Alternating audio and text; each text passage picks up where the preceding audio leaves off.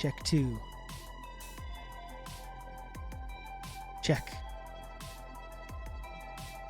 2. Check. Check. Am I quieter? You can count on me. You're going to have good old Rob to talk you through all this. 2. Metal Dipshit, thank you so much for the 17 months resub at tier 3. You can count on me. You're going to have good old Rob to talk you through all this. Tier 3. Keep supporting women and I'll keep supporting you. And Metal Dipshit, thank you so much for all the support, really. And Lizard as well. Thank you for the 7 months resub at tier 1. Which is, whatever. It's not quite as good, but it's still very good. It's still very good. Okay? We don't need to focus on that. We don't need to dwell on the difference between the different tiers. Okay. So let me just, I messed with my settings. Let me see if I can turn it up down here a little bit. I'm getting louder. My settings are becoming more normal. Let me take a look at my filters here. Edit filters, gain. I want to turn it down here and I want to turn it up here, I think. Check. 2. You can count on me. You're going to have good old Rob to talk you through all this. Check. How's this? Is this better? Is this better? Hey, John, thank you for the gifted sub as well.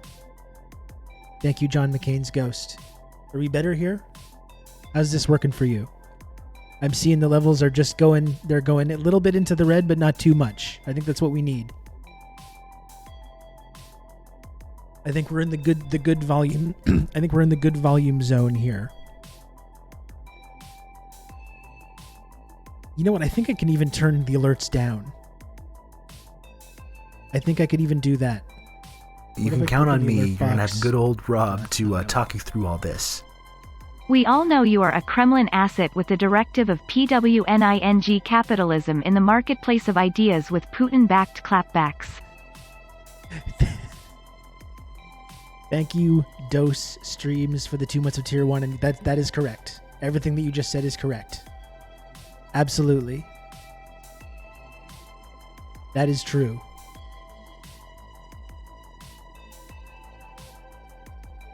I'm wondering if I can turn down my alert sounds. I should be able to do that, I think. Shit, what's this? Oh no. Oh no. Oh no. Where am I?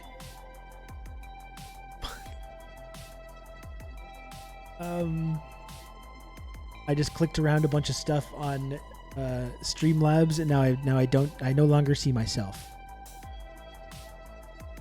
I no longer see myself here. I'm sure it's nothing. I'm going to be able to get back to seeing myself any moment now. I'm sure of this. I'm absolutely sure of it. And I'm just going to keep talking. There we go. There we go. I see myself again. Good. Good.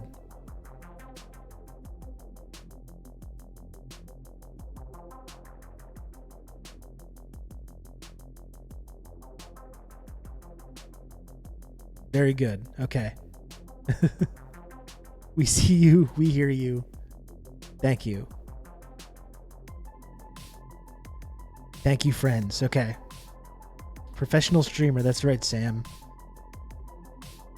That's right. It's Cursed Sam Sider's first stream in a while, and I wanted to make sure to pretend that I didn't know what was going on for just a few minutes. I wanted to just pretend that I didn't know what was going on, just as a humorous bit that we all remember. We all remember those humorous bits where Rob pretends not to do anything.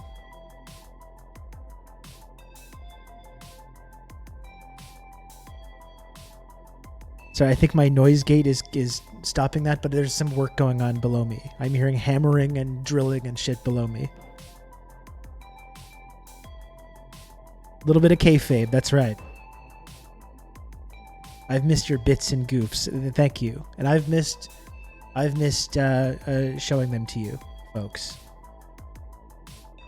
I've missed it as well. Anyway, what a great episode of TRRS we got today. Sorry I was not here yesterday, by the way. I had a bunch of stuff to get into yesterday. I was ready to go. I had stuff saved. I was looking forward to it. And then, of course, Twitch was just down. Mysteriously, Twitch was down the entire time yesterday that I planned on streaming. It came back like right after I no longer could. Right at the exact moment that I no longer could, it came back. But I wasn't able to log in yesterday. I just couldn't do it. I couldn't do it. So I'm going to try. I've got a jam-packed episode now today. As it says in the title, like I think Marcus still managed to stream, as did Lodane. I think some people got in before the problem started.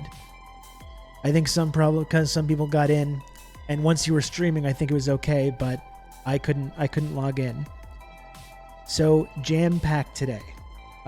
Talking about Iran with SINA RAHMANI, as it says in the title. SINA, also known as Your Orientalist on Twitter, a host of The East is a Podcast, really, really good podcast that I highly recommend people listen to. Very, very interesting and cool guy, SINA RAHMANI. So he's going to come on at around 1:30 p.m. That's 2:30 a.m. Pyongyang time. He's going to be joining us then. We're going to talk about Iran and these ongoing protests that we've seen and what we should make of that and how we should how we should be thinking about Iran. That's going to be really good. And I wanted to talk as well before that, I think, about all the stuff about the NORDSTREAM pipeline, which was breaking yesterday. That's what I really wanted to focus on yesterday and could not.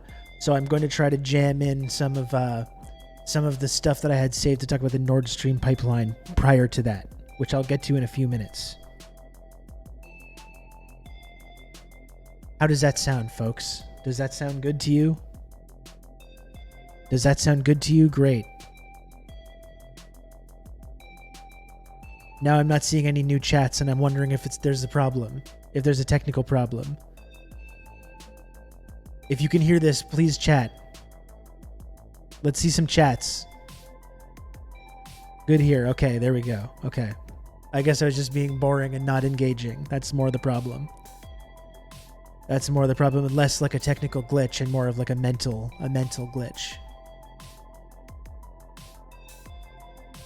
Why would Putler blow up his own pipeline? Dakadun, it's a great question. It is a great question. It's called 4D chess. You know, he's a former KGB guy. He wants to keep us all guessing. Blowing up the pipeline, which they were using to make billions of dollars by exporting natural gas. That's just... it's exactly. That's the exact thing, right? They're the last people we would suspect. Why would they blow up their own pipeline that they need to make billions of dollars? Exactly. You know? That's the kind of Russian mindset. Who wouldn't blow up their own pipeline? Exactly. Maybe Putin's become like a based radical environmentalist. Maybe that's it. Did we consider that? He read that Andreas Malm book, and he's had a change of heart about pipelines and fossil fuels and all that stuff. You know, maybe that's it. We don't know. That's the point, though. We don't know.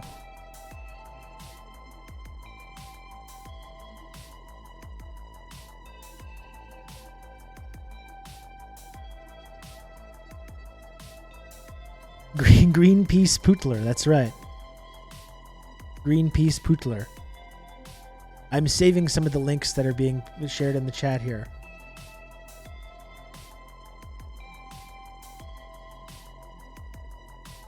We should all be celebrating a pipeline being destroyed. I would say no, though, because it's leaking toxic, poisonous gas into the ocean.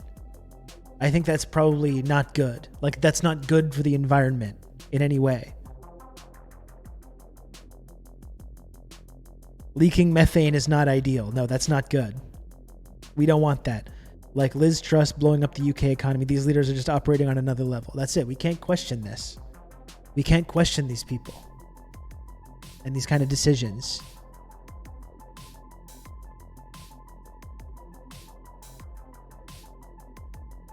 But German industry using less fuel is good. Well, I just don't know about that because it's not going to be good for like poor and working class German people, you know, in this coming winter who are not going to be able to heat their homes. Because it's not like they're going to be using less fuel. That's not the issue. They won't be using less fuel.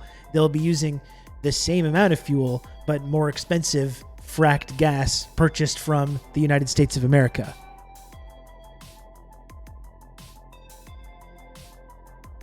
You can count on me. You're going to have good old Rob to talk you through all this. Putler as crafty, blowing up his own stuff?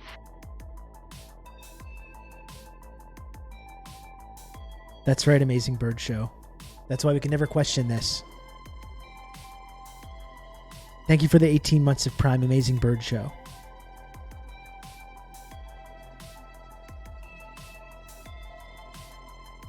Yeah, people's energy costs have already blown up to insane levels in the middle of the summer. Yeah, I don't think, I've talked about this a lot on the show, but I don't think we haven't really reckoned with how disastrous things are going to be, not just in Germany, but, you know, all across Western Europe.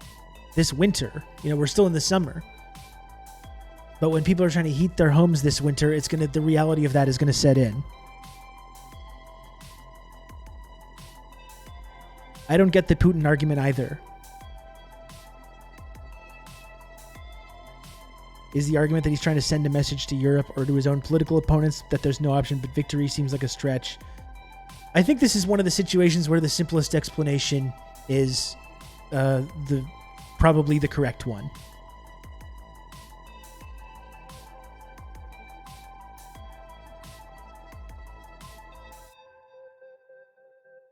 In fact, since this is such a jam-packed episode, I'm going to have to forego all the chit-chat, which I know everyone loves. I'm going to have to forego the chit-chat, and let's get right into this. If you just can hold on for one moment, though, I am just going to grab a beverage, if you don't mind. Just quickly talk amongst yourselves. I'm going to go grab a beverage, and then we can get into talking about this. All right? 1 second.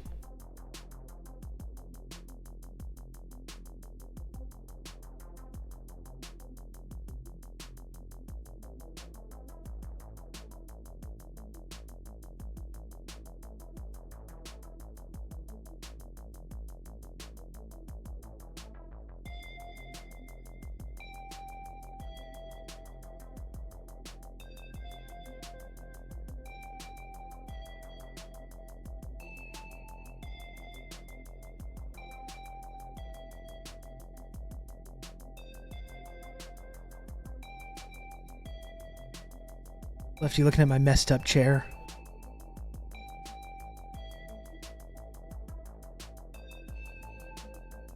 Got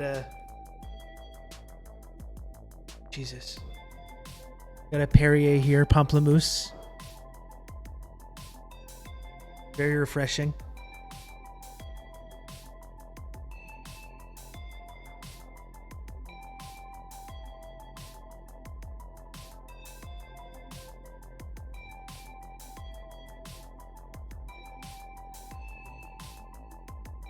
I know a Swedish woman who was telling me her family would probably have to collect firewood, which is technically illegal, even on their own land. Yeah, we're going to be seeing a lot of people burning furniture and stuff. I don't think we've really grappled with what we're going to see this winter in Western Europe. It is going to be really fucking a huge disaster, and all the consequences of a lot of these decisions are going to really start coming home. And I mean, listen, when it comes to Russia and Ukraine. This is, I don't know if you want to call this a conspiracy theory, but if you want to get into the actual origins of this and just kind of set aside the somewhat childish notion that this has anything to do with Ukrainian sovereignty or democracy or any of this, and as a way for the United States to force Western Europe to purchase energy from the United States rather than purchasing it from Russia. If you want to look at the strict economic influences on why this proxy war is happening in the first place, I think that's a big part of it, right? The United States doesn't want Western Europe purchasing natural gas from Russia. They want Western Europe to purchase natural gas from the United States at an inflated rate. And that's as simple as it can be broken down to. And I think when you get to the NORDSTREAM pipeline and what's been going on there, that's what I was saying is the simplest possible explanation. Hello, Pissed. Hello, welcome, pissed.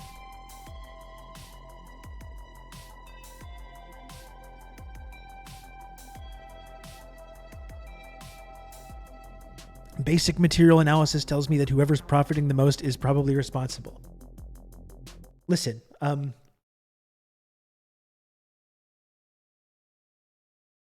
mean, we can theorize, we can come up with all kinds of conspiracies or different ideas about what is going on here. Again, like I just want to keep going back to this. I think this is a situation where the simplest possible explanation is the correct explanation. And we don't need to like, engaging in this kind of like a paranoid conspiracy theorizing to try and figure out what's happened here. And let's just kick it over to our friend Brandon. I remember looking at this clip, and if you've been watching this stream for a while, you probably remember as well. Prior to this whole invasion of Ukraine kicking off in the first place, remember this? Again, this the Occam's razor. Sometimes the Occam's razor solution is just the one you need to go with, right? Remember this? Remember Brandon? How about this? Let me answer the first question first. If Russia invades, that means tanks or troops crossing the border of Ukraine again. Then there will be no longer a Nord Stream 2. We will bring an end to it. How will you do that exactly? Since the project and control of the project is within Germany's control. We will. I promise you, we'll be able to do it. I mean, we can go back and forth. We can come up with all kinds of ideas and theories about why the Nord Stream pipeline has been sabotaged. And that seems to be the consensus, that it was sabotaged. No one is suggesting that this was like some kind of accident. I think this is probably the simplest explanation, if you ask me. I guarantee you will be able to do it. And we don't need to hear from Brandon either, right? It's not just Brandon. Here's a clip of Victoria Nuland. Remember Victoria Nuland, who was instrumental in installing the pro-EU, pro-Western government in Ukraine in 2014 after the Euromaidan protests. Right? Here's Victoria. With regard to Nord Stream 2, we continue to have very strong and clear conversations with our German allies, and I want to be clear with you today. If Russia invades Ukraine, one way or another, Nord Stream 2 will not move forward. So, you know what I mean, folks? You know what I mean? We can go back and forth all day talking about who sabotaged the Nord Stream pipeline. We're all looking for the guy who did this, It's Biden in the fucking hot dog costume. We're all looking for the guy who did this. I mean, I think this is probably the simplest possible explanation. If you ask me, when you've got high-ranking U.S. government officials, like the President of the United States, like former current Undersecretary of State Victoria Nuland, who has been instrumental in bringing about pro-Western regime change in Ukraine. You have both of these high-ranking U.S. government officials being like, no, if they invade, there's going to be no more pipeline. And then, lo and behold, when this invasion happens and there's no more pipeline, I think that's probably the simplest explanation. There's just no way we'll ever know. That's right.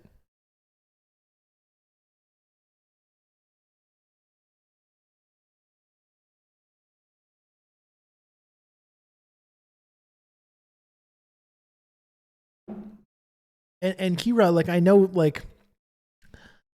know there's a distinction between the pipelines here, but I still think these comments are relevant, though. I still think these comments are very relevant. When you have the Nord Stream pipeline being sabotaged like this, I think bringing up Biden and Nuland's statements about Nord Stream 2 are pretty relevant, you know?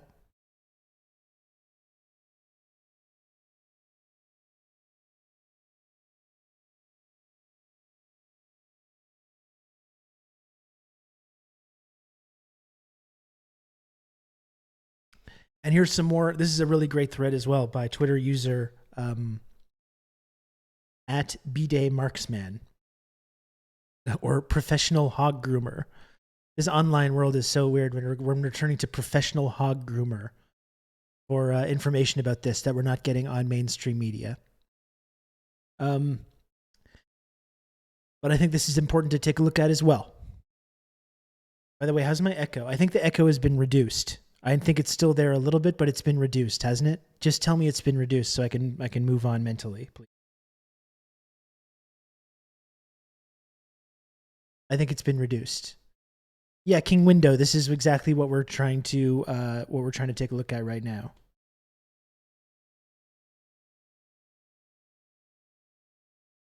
The hashtag Sanction gegen die USA is trending on Twitter, which means in German, sanction against the USA. I mean, this is part of what we're seeing, though, is that not only is there going to be these like massive energy increases in Germany and elsewhere, but there's going to be a huge backlash to the ruling class in Germany and in France and in the UK and elsewhere who have like dutifully slit their own throats at the behest of the US. Like people are average people that are going to get fucked over in that situation are going to absolutely lose their minds over this, like very rightfully so. And that's going to have disastrous consequences too, because as we know as well, in all of these places, the left has been suppressed for generations. These neoliberal ghouls that have been responsible for this are going to get overthrown, perhaps violently in some cases. You can count on me. You're going to have good old Rob to talk you through all this. And who's going to be left to pick up the pieces? The far right, the fascists, like we're seeing in Italy. That's what's going to be the result. You can count on me. You're going to have good old Rob to talk you through all this. Tershi, tershi, tershi. Tershi. Dimitri, thank you so much for the gifted tier 1 sub. And thank you also to Force of Bill for the 20 months resub at tier 3. Thank you, Force of Bill. Yeah, that feel blowback? Yeah, what's that? We won't see any of that. So that's it. The left is suppressed for decades and decades, violently, ruthlessly in some cases. These neoliberal ghouls are just overseeing this like totally subservient to the U.S. Kind of like self-immolation. And all these people are going to get swept out of power when the real results of this come in, and the fascists are going to be the one to pick up the pieces. You know? So let's take a look at this thread from Professional Hog Groomer. In 2015, the annual routine underwater survey of the Nord Stream 1 pipelines came across a remote operated vehicle rigged with explosives right next to one of the lines in Swedish waters. The umbilical cable had been cut. The drone's national origin was never disclosed. Back in June of this year, NATO conducted its annual Baltops military exercise in the Baltic Sea. This year's exercises had significant focus on using U.S. Navy unmanned underwater vehicles to clear sea mines. Where did the U.S. Navy conduct these UUV exercises? Right next to the Danish island of Bornholm, the same island adjacent the massive ruptures in Nord Stream pipelines that occurred yesterday. Right around there, the island of Bornholm, right next to where these leaks are happening. Since these exercises in June, the British Royal Navy, along with the U.S. Navy's 6th Fleet, has been training the Ukrainian military to use these same drones. This piece here, Royal Navy divers train Ukrainians to hunt for mines with underwater drones.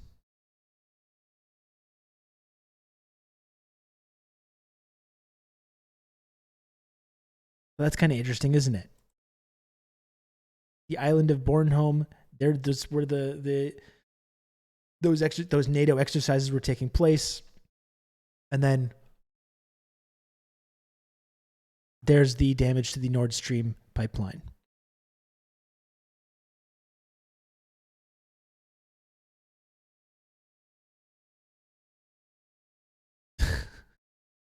You know? So I know there's a lot of people trying to do mental gymnastics to wonder like whether this was Russia somehow that sabotaged their own pipeline.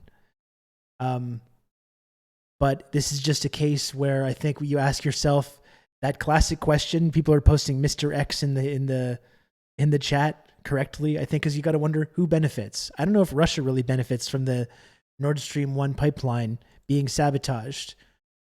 But there's a number of ways that you can see how the West does benefit from it and how the United States does benefit from it.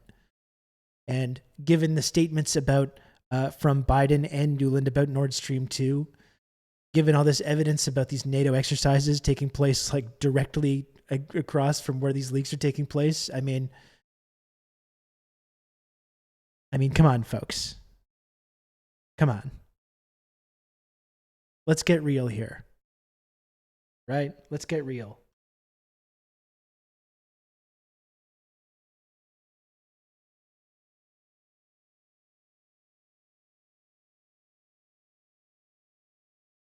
The Pentagon said they didn't do it. What more do you people want? They said that they didn't. You know? Ask yourself this, folks. Yes, maybe the United States benefits economically from this act of sabotage. Maybe they have a long history of engaging in this kind of sabotage in the first place. Maybe you have high-ranking government officials openly indicating that they would stop the Nord Stream 2 pipeline. But ask yourself this. Would the Pentagon lie? Would the United States government or the United States State Department or military-industrial complex, would they lie? Do you think they're going to just lie to you? Come on. Come on now.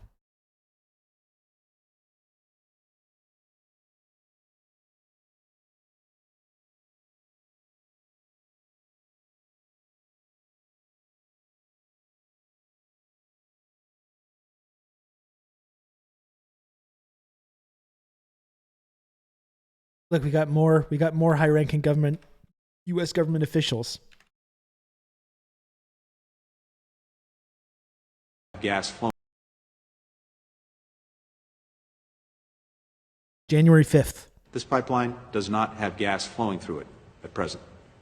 And if Russia renews its aggression toward Ukraine, it would certainly be difficult to see gas flowing through it in the future. So some may see Nord Stream 2 as leverage that Russia can use against Europe. In fact, it's leverage for Europe to use against Russia.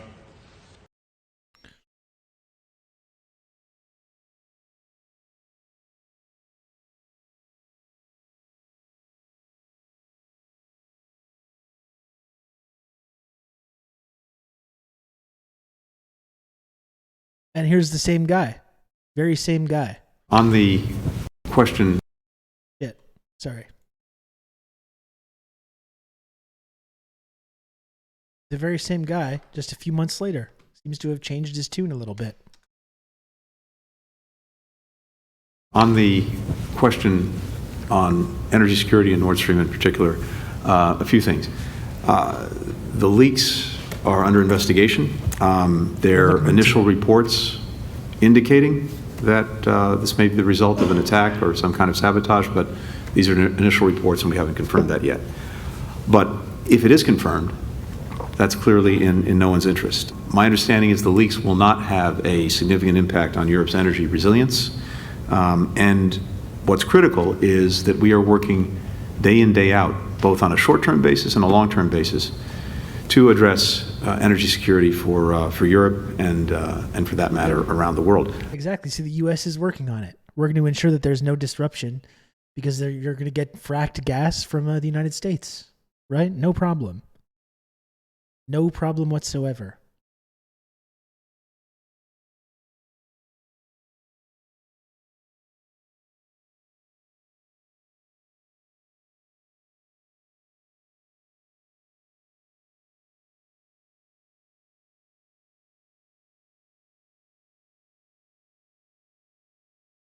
No problem whatsoever.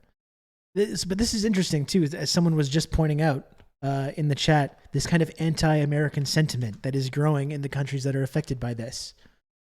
This is something that we think we need to keep our eyes on. Canada has freedom gas We simply as well. That's right. use the computer to mark up the size of the account. Mr. International Rules-Based Order. That's right, Dimitri. Thank you for the 150 Fred coin. I think it's important to take a look at this too, this growing anti-American sentiment on German and Austrian social media has escalated on all levels.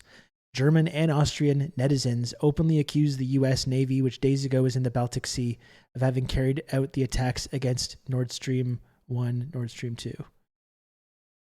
The USA has always tried to split Germany and Russia on all levels. This isn't a conspiracy theory. The U.S. makes no secret that this alliance would be a threat to the U.S.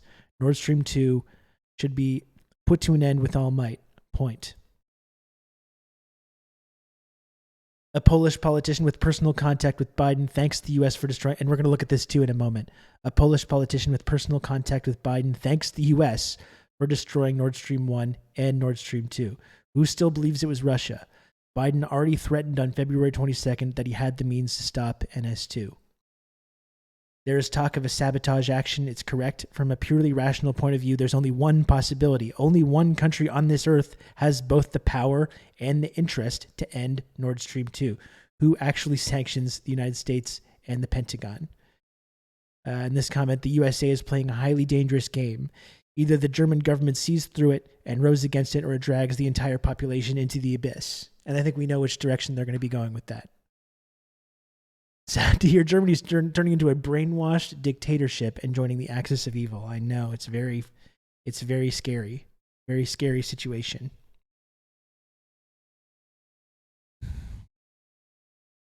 Probably important to look at, though, this.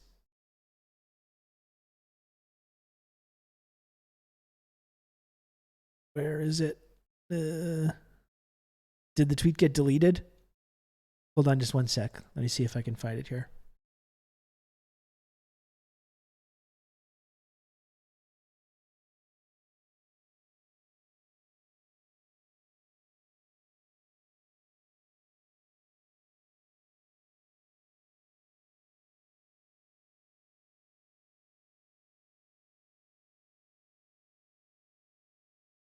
Yeah. This is another case of just believing these people when they talk, right? You have this Polish deputy just openly thanking the USA for this. Radek Sikorski of Poland. Thank you, USA. You're not supposed to be admitting that publicly. You're supposed to pretend that they're still investigating and all that stuff. Yeah, I think it was deleted as well. Yeah. He got the call from Brandon or or Blinken or whoever. They called him and you're like, you can't say that, dude. He was like, high five. Thanks, Joe. You can't do that. You're not supposed to talk about that. You're not supposed to admit that.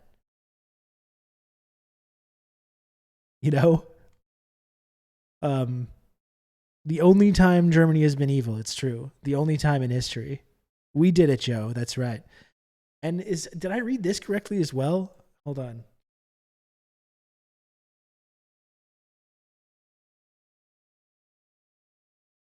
Look at that. You can't make this shit up, folks. Radek Sikorski. So this Polish official, Radek Sikorski, who openly thanks the USA for sabotaging the Nord Stream 2 pipeline. You Google Radek Sikorski spouse. And look at that. It's Anne Applebaum. Anne Applebaum, author of Red Famine, and someone who has been absolutely integral in creating this this narrative about Soviet influence in Ukraine and the Ukrainian national identity.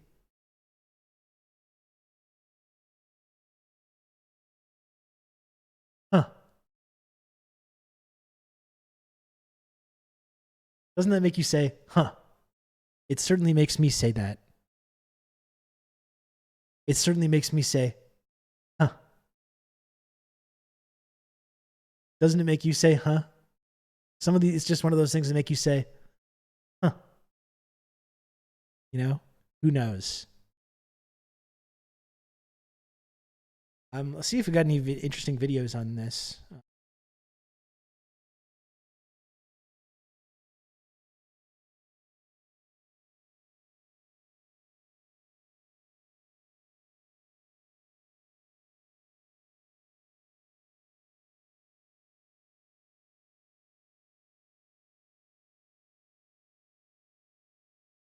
This is one thing I didn't really look at, but I'm just wondering if there's any clip of. Oh, look here. This should be interesting. This should be interesting to look at. Former CIA director John Brennan. Let's see what former CIA director John Brennan has to say about this. As we know, no one from the CIA would ever lie or obfuscate about any of this stuff. So I think we can take everything that John Brennan says about this Nord Stream 2 pipeline sabotage as total gospel. Mysterious leaks in the Nord Stream pipelines, sabotage. The gas pipelines, there's two of them, they run from Russia to Europe, and this comes at a tipping point time for Vladimir Putin's war in Ukraine. Overnight, the Russians touting sham voting results in occupied territories of Ukraine.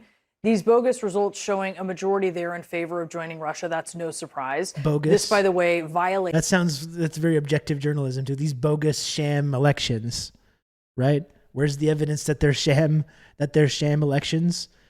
Perhaps it is possible that these like majority ethnically Russian places that have been involved in this civil war versus U.S. and NATO-backed fascists for the last 10 years, perhaps they do want to be part of Russia. Perhaps there's some truth to that. But according to CNN, it's just bogus sham elections without any actual evidence of that. Violates international law. The State Department says it signals a very desperate Putin. You have to be desperate. These actions from President Putin signal very clearly that he knows he is losing. He's on his back heels, and he's making every attempt to intimidate those who would stand up to him. I want to bring in former CIA Director John Brennan and the author of Undaunted, And this is always the amazing thing, right? This is always I really marvel at this when you talk about like Western media, like CNN. And we've watched that clip many times of CIA whistleblower John Stockwell talking about the lengths with which he would go in the 60s and 70s to plant news stories and to manipulate the media, you know, Operation Mockingbird and all this stuff, all the nefarious ways that the CIA would manipulate the media and get their own stories out there and plant stories in foreign press and then launder it through. And now in 2022, you don't even need that. There's that whole middleman that has just been taken away. And right now, you just bring on, for analysis about these important geopolitical events, you just bring on the former CIA director. And there's no need to have any of this bullshit about planting stories elsewhere, manipulating journalists, cultivating, you know, sources and whatever else that they did in the past. There's no need for it anymore. Now, just the former director of the CIA just walks on over to the CNN HQ or MSNBC headquarters and just sits down and just says the things that the CIA wants people to believe. The various means that they use to launder these stories, they don't even need to bother with it anymore. Now they can just go right on TV and start talking about them. And it gets presented as fact by Western press.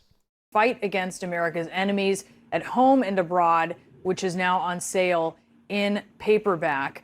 I do want to ask you about what this may mean. These sham voting results at a time where you have former President Medvedev, who's a current Russian government official, saying yesterday that Russia, and we've heard this before, but he's making this point, that Russia could use nuclear weapons if sort of its existence is threatened. Well, now you have these votes of people saying that this should be basically Russian territory. Do you see any concerns between his comments and these sham votes? Okay, and I'll get to James's comments here as well. Abigail Spanberger, CIA agent, sitting member of Congress. Yeah, also someone who's like openly advocated against any initiatives to like defund police, who's been sabotaging any efforts to have like social social programs or increase social spending, all that kind of stuff. I want to get to James' comment here. You can count on me. You're going to have Thank you, good Sam. old Rob to talk you through all this. Hi Rob. Hi chat. Hi CNN. Hello, Squatch True. Thank you so much for the 17 months resub at tier 2. Thank you, Squatch, for all the support. Happy to have you joining us. The CIA is a podcast too. I did see that.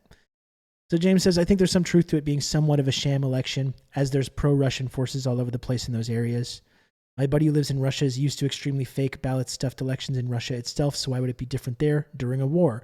But what is clear is that there's no partisan or even just protest movement that is pro-Ukraine in any of those areas. So I think the people have actually spoken, if not an enthusiastic yes, then kind of a tired okay. Yeah, and in the same way that like CNN is just openly declaring that these elections are shams and not worth respecting, I don't want to sit here and say that like they're 100% legitimate either. But I do think we should ask ourselves like these questions about whether the majority ethnically Russian populations in these areas are perhaps amenable to this, to being to inviting in this Russian intervention, like we saw in the days prior to the invasion when they recognized these republics. There's many people in those regions that were very, very happy and very thankful that that was finally happening after 10 years of this kind of civil war, you know? So I don't want to just sit here and say that it's just completely 100% legitimate either, but I think it's like, it's a little bit more of a gray area than the way CNN or like the Canadian government or the US government is suggesting that this is just 100% a sham and 100% illegitimate. I think probably, that is not accurate either. The Crimea election was also a sham, that's right, but then every single independent polling survey also said the region wanted to be part of Russia, but the election was still a sham, apparently. Well, and that gets down to another point as well, which is that every election in a country that the United States doesn't like is always a sham, right? It's not just that, like, it's not just about these, like, referendums, it's not about Crimea, but in Venezuela, in Iran, when people democratically vote for governments that the United States government doesn't like, or who advocate for interests that are run contrary to the interests of the U.S. or the interests of the West, those are always sham elections. There's always ballot stuffing, all these irregularities, right? Maybe the Russians are Russian. It just might be. There could be something to that. That's kind of what I'm saying. There could be something to that. And Sam, thank you for the comment on my drip. I appreciate that. Thank you. Anyway, let's see what John Brennan has to say about this.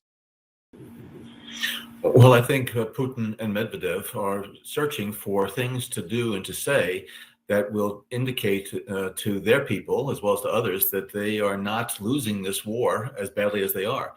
As pointed out, this is a sham election. It is illegitimate, illegal to hold such an election in a foreign country. And Medvedev has no idea in terms of what NATO might do and respond in terms of what Russia might opt to do on the nuclear front. But it's clear that Russia is in a downward spiral. Battlefield setbacks are coming one after the other. And that's some of that. Obviously, some of that is true. That's kind of stuff that's been happening over the last couple of weeks. There has been like progress, and I saw a lot of cope as well by the kind of like sort of Russian chauvinist types that have been just uncritically supporting everything Russia does, which, as you know, is not something I really support. But I think there has been advances that Ukraine has made over the last couple of weeks. That seems undeniable. I mean, you would hope that there would be some kind of advances with all the fucking billions of dollars in arms and training that is being pumped into this country. You would hope that eventually they would turn that into some kind of like something that actually is successful. So, I mean, I think there's probably elements of truth to that. I don't know if this means that Russia is like losing now, or Russia is losing. How many wars have been lost with the loser holding wide swaths of the winner's territory? This is a good point. Regardless of whatever setbacks that have happened, there's still a long way to go before, they're just completely removed from all the territory that they've gained over this period. We gave them as much weaponry as Russia spends on their entire military for 3 years. You'd think they make a dent. This is what I mean. It's like you would hope that eventually they would do something. And I mean, you know full well, like I think we all know that there's Western military types that are volunteering for the Ukrainian foreign nationals, or the Ukrainian like international brigades and stuff like that. You know, they're volunteering. They're leaving their U.S. Army bases and going to volunteer for the Ukrainian side. You know, there's a lot of that stuff going on as well. It's not just training that's going on, but there is Westerners that are actively involved in fighting this conflict. Totally independent of the United States military or the United States government, of course. Obviously, winning or losing is based on goals projected onto Russia by Western media and government. They're losing if you think they intended to take Kiev and the whole country. Yeah, that's a good point too, Mikey. That's very true. And I think as much as people said that in the early stages of this, that's what the plan was, I don't think it's ever been clear that that's what Russia wanted. I mean, they were quite open about the fact that they didn't want to occupy the entire country. And I think the way it seemed to us is that a lot of those early stages of going after, invading Ukraine and going towards Kiev was a way to shore up these regions in the east. That was the actual, what they actually wanted to. Okay, what else does John Brennan have to say? And again, this is the former boss of the CIA. So I think at the very least, when the former leader of the CIA comes on American media to talk about what's going on, I would say that it's important to take that with a little bit of a grain of salt, to put it lightly. Domestic opposition to this partial mobilization. So I think they're going to see some additional saber rattling, and also trying to consolidate their hold on the portion of Ukraine that they do occupy. You're seeing this mass exodus of fighting age men from Russia as Putin is drafting them. You've seen some attacks at recruiting areas. We're even hearing about intercepts Never of these formally with the grumblings company, that's right, between top military officials. At what point is this going from grumblings to destabilization of Putin's regime in Russia, in your opinion? Well, I think we're seeing early signs of what is, I think, serious political opposition to Putin's war in Ukraine. I wonder if is he gonna spill this into a Navalny thing? This is all gonna lead to more support for Navalny, who's this widely unpopular figure, except with spooks and American journalists and politicians. As these young Russian men are trying to flee the country, it's clear that a large part of the Russian population is not supportive of this military conflict. And secondly, these young Russians know that they will just be sent to slaughter in Ukraine. The Ukrainian forces have done exceedingly well as far as being able to withstand the Russian onslaught.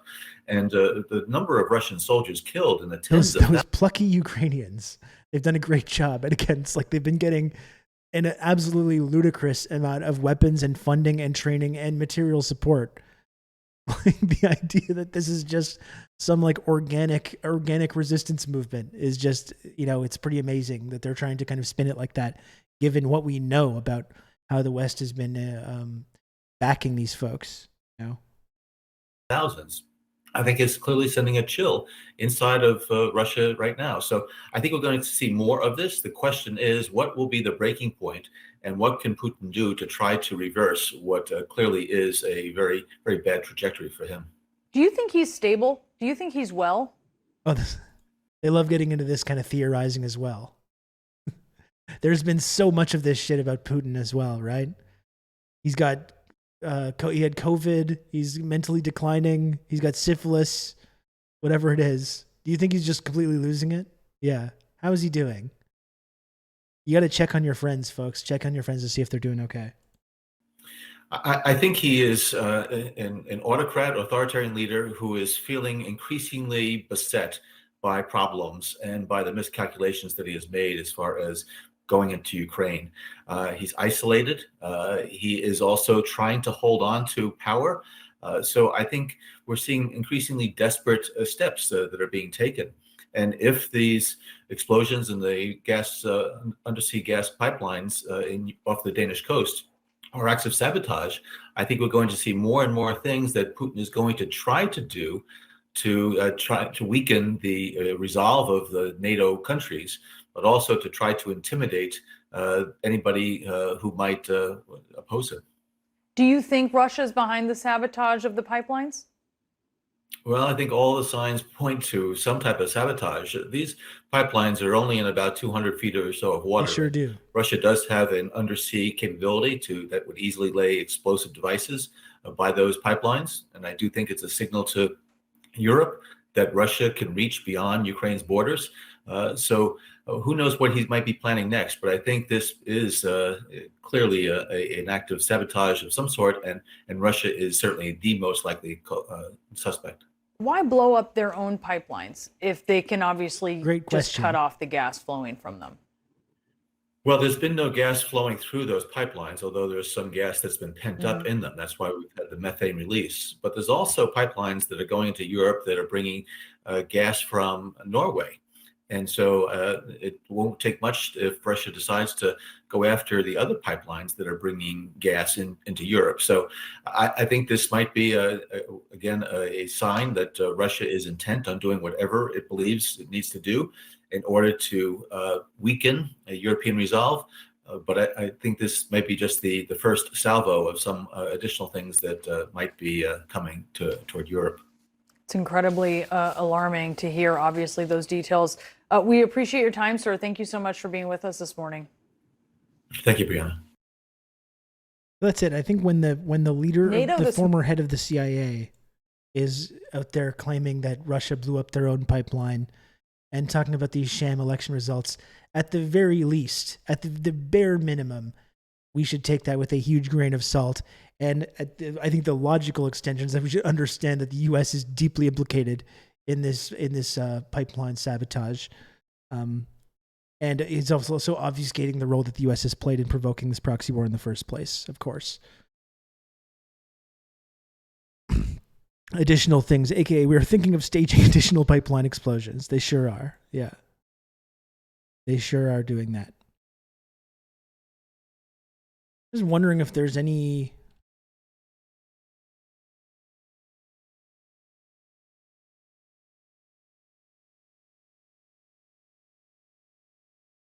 Good Breakthrough has, if they have anything on this.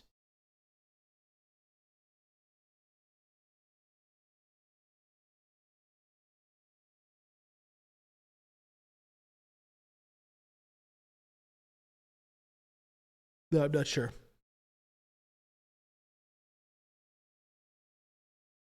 I don't think the Americans are really trying to hide it, though, are they? Well, it's like they're trying to hide it now, but with all the statements that we looked at before about Nord Stream 2, from Biden, from Nuland, from Anthony Blinken, that Polish official who just like thanked America, married to Anne Applebaum. I mean, I think they're trying to obfuscate now, but they haven't been exactly shy about talking about this. The proxy war in Ukraine is. How long? Okay, so this seems good. Thank you, Dimitri. I don't know if I have time to watch this entire video, though. Let's hear from the CIA guy who definitely would have had a hand in destroying the pipeline. Exactly. This does a good job of explaining the locations of the pipelines. Okay, so let's see if we can get to this entire video from Ben. I've got, again, I do have SINA RAHMANI coming on the show in like 30 minutes. So let's try and get through this multipolarista video. Not the whole thing, but the map. Okay, maybe I can just skip ahead to that. Then we can talk more about Iran and these protests that have been going on in Iran and what we should make of all that stuff. Breakthrough has that new Russia-China alliance video that's long but good. Yeah, no, that does seem good. I'm trying to squeeze everything in here. Hey, Lodane, what's up? I woke up late. It's okay. It is okay. Happy to have you, Lodane. I caught some of your stream yesterday because I was desperately trying to log in because it was supposed to be the pre-show. I was desperately trying to stream and could not. So good job for going for like 3 hours rather than the, I think, 45 minutes than you had planned. And pent-up gas and methane release have already made me a child. It do be like that, yes. Do you have a timestamp for when we should be looking at this? Okay, it looks like it's right up front. So let's take a look at that. Here's our friend Ben Norton, former guest of the show. Ben Norton, talking about this pipeline business. Is frequently portrayed by Western governments and corporate media outlets as a battle of morals using this propaganda saying it's, the democratic West versus the authoritarian East. That's ridiculous on so many levels. First of all, Ukraine is not a democracy, even before Russia invaded in 2022. And this is a good point too. Well, that's a very funny pause face. Apologies to Ben. There we go. That's a bit better. That's a bit better. I think what is so funny is that they blabbed about this. This is funny, James. They blabbed about this so loudly and carelessly back then because it never occurred to them that the people of Europe would actually start to get mad because they don't want to freeze to death in the winter and then starve by spring. So now they're having to backtrap and zip everyone's lips and hope no one remembers enough of what they said before. It does kind of seem like that's what's happening right now, doesn't it? It does kind of seem that's exactly what's happening. Ukraine is not a democracy. Even before Russia invaded in 2022, Ukraine had banned many opposition parties, imprisoned opposition politicians, closed opposition media outlets, banned communist and socialist parties. Ukraine is not a democracy. The reality is that the proxy war in Ukraine is exactly that. It's a proxy war, and it's entirely about geopolitics. It's about economics. And yeah, we looked at that clip before. A huge part of this is the politics of pipelines, of natural resources, of gas, of oil. We saw this with the struggle over the Nord Stream pipelines.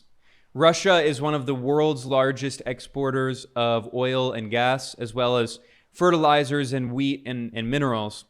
And Europe relies very heavily, or at least until this war escalated in February of 2022. HTA, we're going to see. Europe had relied heavily on Russian energy. Russia was one of the top energy exporters of oil and gas to Europe.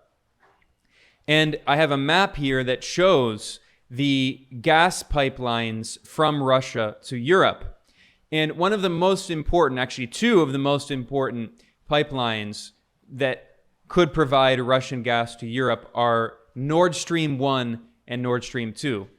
Nord Stream 2 was in construction over the past few years, and it was completed, but Germany refused to certify Nord Stream 2.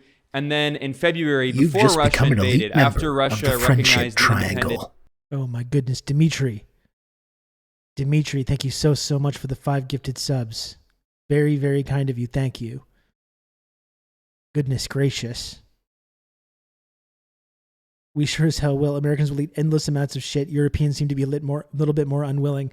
And look at like what mild increases in energy prices, the massive protests that's led to in like France, for instance, when they've tried to pass on, increased fuel costs and increased energy costs to consumers in France, even a little bit, they lost their fucking minds, and very correctly, for very reasonable reasons.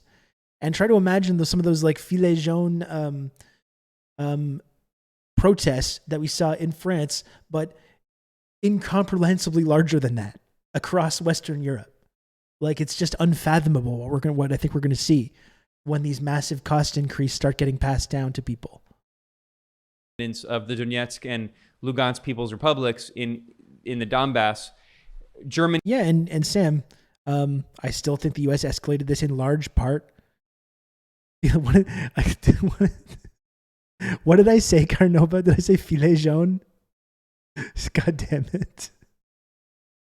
I always get confused about that. No one make fun of me. Stop making fun of me. It's illegal to make fun of me about this.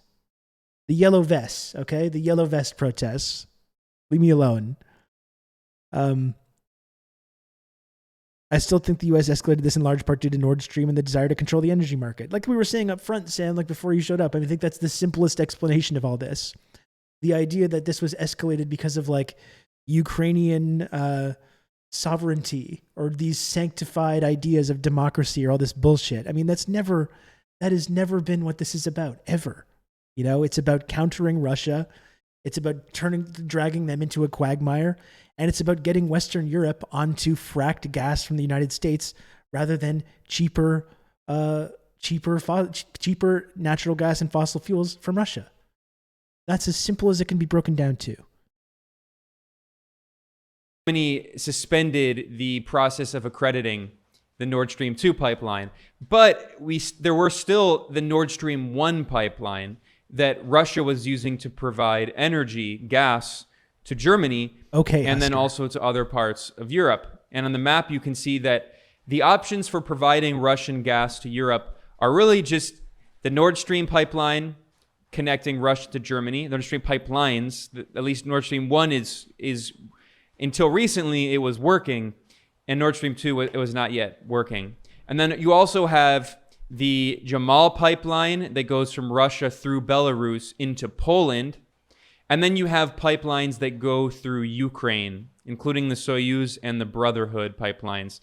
Obviously, Ukraine wants that gas to go through its country because Ukraine made billions of dollars through transit fees.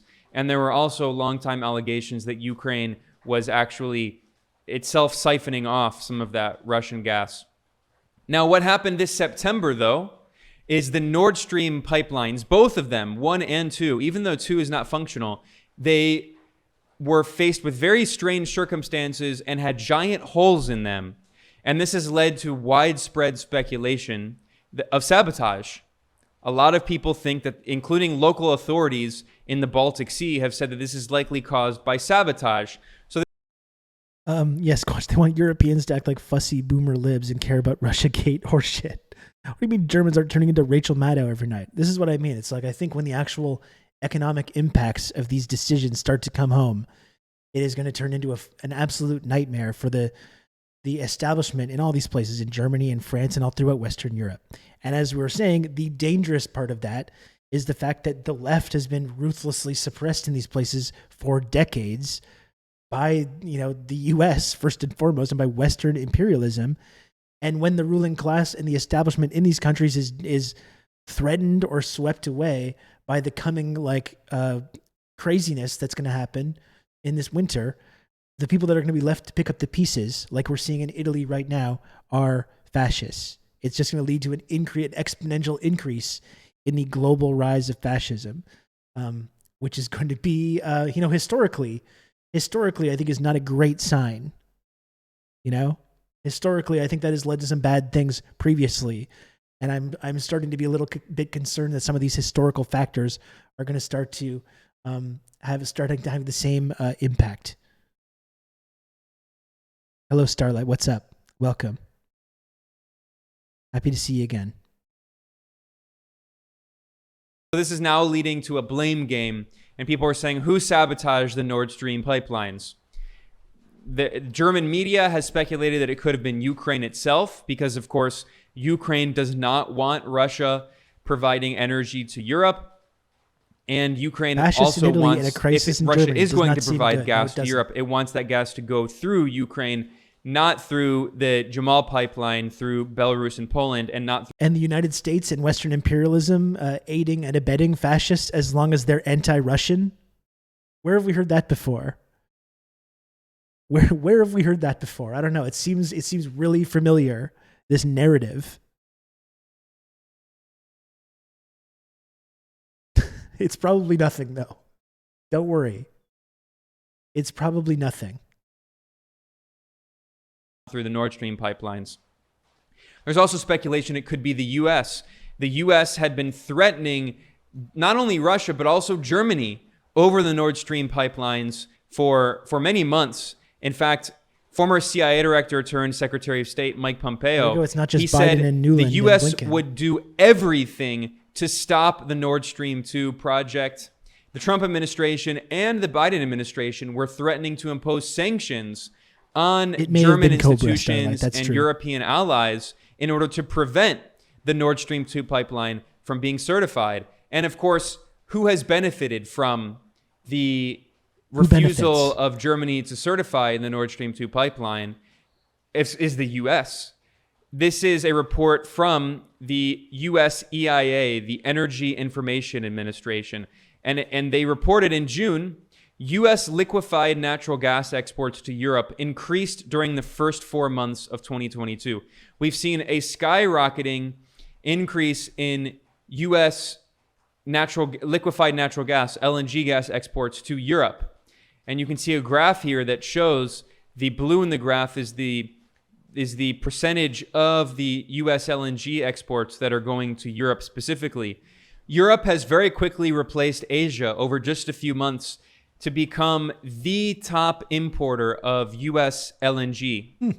And you can see another graph here published by the US EIA, and it shows the countries and the increase in the countries that are importing LNG from the US. And you see in the past few months, with the escalation of the proxy war in Ukraine, a massive increase in purchases by France, Spain, Britain, and the Netherlands. So, of course, who benefits? The US benefits from Nord Stream 2 and Nord Stream 1 potentially being sabotaged, and certainly the US benefits from Nord Stream 2 not being accredited by Germany. So with all of that said, what I want to do in the rest of this episode is I'm going to cut to an excerpt of an interview that I did with friends of the show, Aaron Good and Seamus McGinnis of the American Exception podcast. Oh, good. Another friend of this show as well. Another bad pause face for Ben. Can someone with better insight and memory than me remind me why some leftists are mad at Ben Norton here, please? I don't know. Ben Norton has just become a target, I think, for a certain kind of like shitty, kind of reactionary leftist, because Ben does not want to go. He doesn't want to go fully Russian chauvinist. He doesn't want to frame like LGBTQIA rights as being like this kind of like Western decadence, you know. He actually has a nuanced view of some of these things rather than just this kind of like phony anti-imperialist thing, which is really just this sort of very reactionary and nationalist. Yeah, it's the MAGA communists, exactly. You know, they're the ones that are like, has anyone tried to do socialism but with this nationalist aesthetic? Has anyone tried that before? Maybe we should take a look at that. And they're mad at Ben for seeing that as the obvious scam that it is. You know? Yeah, he called MTG a fascist, so they're mad, of course. The Pat Sox and the Dem Sox hate him, so he must be doing something right. Exactly. That is one of those cases where that is correct. Has anyone done socialism with these racists? That's right. No one has ever thought about this before. This is a brand new idea that these people have discovered. Then telling their audience not to use the Roman salute on their Discord. I did not see that, but that is not surprising. That is not surprising whatsoever.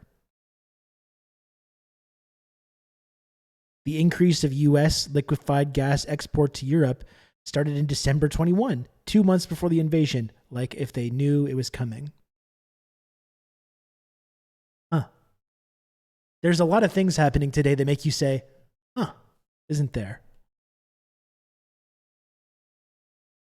Of the show, Aaron Good and Seamus McGinnis of the American Exception podcast. This is part of an episode that we did for our series, which is jointly produced here at Multipolarista and the American Exception podcast. It's called Empire and the Deep State. It is a history of the U.S. empire and the U.S. deep state. Aaron Good is great. Based on the book American Exception, Empire and the Deep State by the historian Aaron Good. And in this episode, we discussed the history of the creation of the U.S. national security state, going back to the first Cold War. And we talked about NSC 68, which was this U.S. National Security Council strategy document that was published in 1950 that outlined the strategy that the U.S. empire was going to take for the first Cold War to try to weaken and overthrow the Soviet Union and the People's Republic of China. And keep in mind, this was in 1950 when China, the People's Republic of China and the Soviet Union were allies. It was before the Sino-Soviet split. And the US was waging this Cold War to try to overthrow both of their governments. And today, of course, Russia does not have a socialist government anymore, although China still does. And China and Russia are strategic allies. They are very important allies. They have what they call a strategic partnership. And the U.S. is waging a new Cold War on not just Russia, but also China. So in this part of the episode, in this excerpt that I'm going to be cutting to here, I am discussing with Aaron and Seamus the geopolitics of the new Cold War that the U.S. is waging on both Russia and China, and the proxy war in Ukraine. We look at different maps, including a geopolitical analysis of the conflict, including pipelines, energy resources, access to trade routes. We also talk about the documents published by imperial strategists, especially Zbigniew Brzezinski, the U.S. imperial strategist, and his famous book, The Grand Chessboard, in which he warned back in 1997. He warned about a potential alliance between China and Russia, and he also warned about a potential alliance between Russia and Germany. So a huge part of this proxy war in Ukraine is about the U.S. trying to permanently put a barrier between Russia and Germany, to permanently cut them off from each other in order to make Germany and the rest of Europe economically dependent on the United States itself. And we see that the energy crisis and that this has caused the Western sanctions on Russia and Germany's and in general Europe's inability to import cheap Russian energy has caused a huge energy crisis, leading to skyrocketing energy bills, which is bankrupting industry in Germany and other parts of Europe. So all of this is part of the geopolitics and the geoeconomics of the U.S. new Cold War on Russia and China. So without further ado, I'm now going to cut to this excerpt of my interview with Aaron Good and Seamus McGinnis from the Empire and Deep State series, hosted by Multipolarista and the American Exception podcast.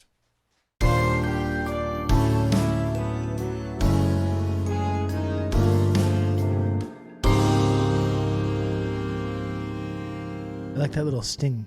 We're going through chronologically here, talking about the history of the U.S. national security state, the military-industrial complex. I just want to kind of briefly address contemporary politics and how this relates to politics right now. Because, of course, we're in a new Cold War, the second Germans Cold down, War, and the Russians out. and the adversaries in this new Cold War are basically the same, especially in this era that we're talking about leading up to the 1950s, right? The Soviet Union was allied with Communist China, with the People's Republic of China at the time. This is before the Sino-Soviet split.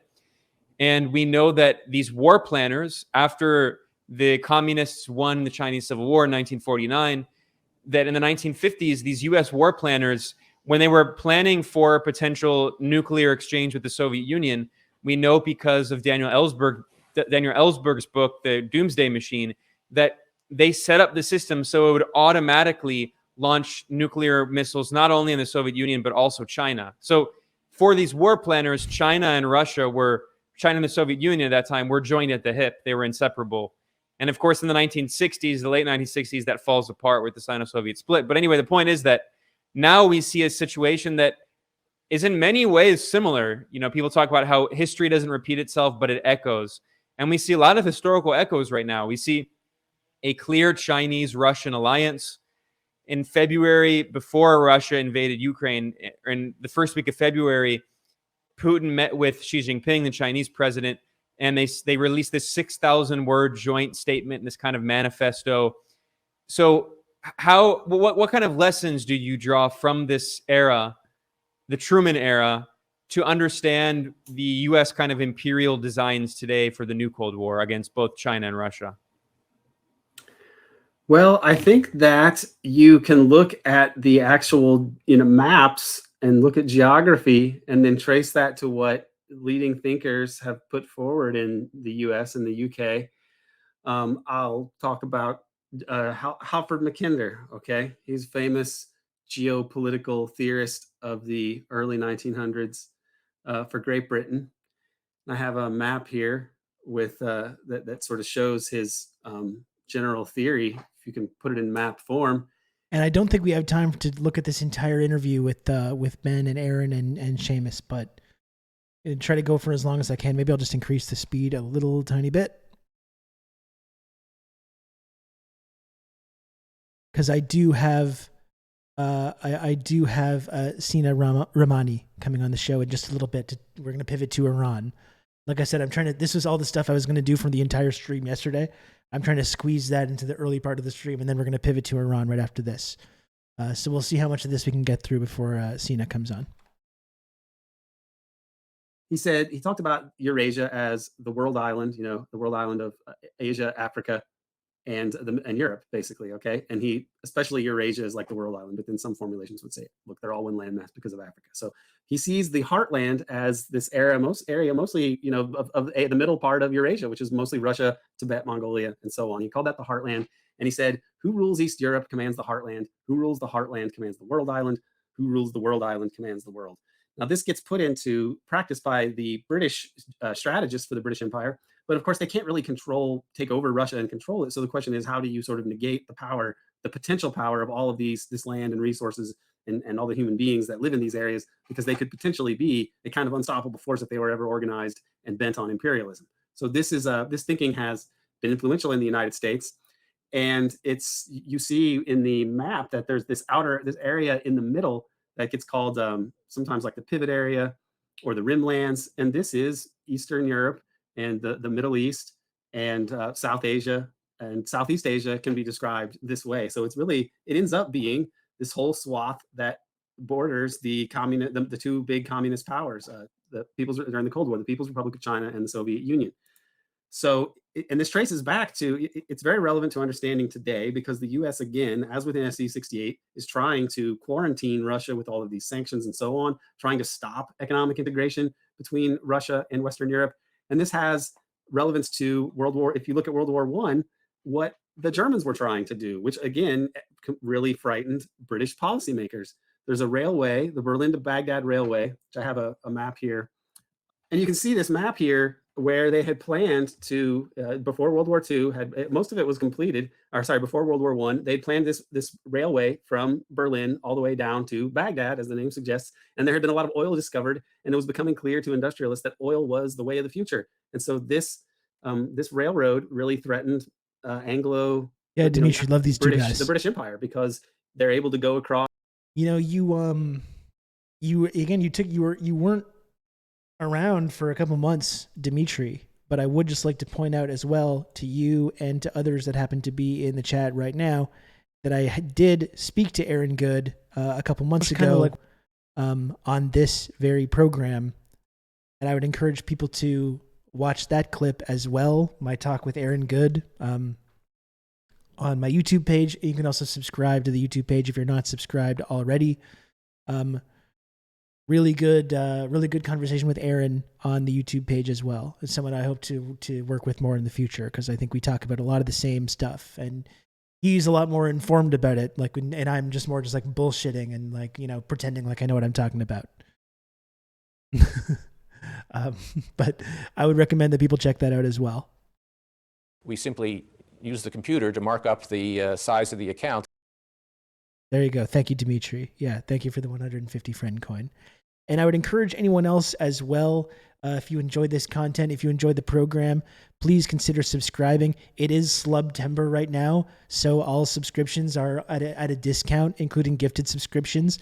People have been very, very generous after taking time off from Twitch, coming back. So I'm not going to be a hard ass about this in any way. People have been extraordinarily generous, which I appreciate a lot. But I'll just remind everyone that if you enjoy the content, you enjoy the program. Good old Rob to talk you through all this. There we go. Missing too many of the Rob returns streams because I got a new job, but not today. Not today. Thank you, human person, for the 8 months of tier 1. So be like human person, subscribe to the show, get the emotes. You've just become an elite member of the friendship triangle. Comrade Social Distancing, thank you so much for the 5 gifted subs as well. Thank you, Comrade Social Distancing.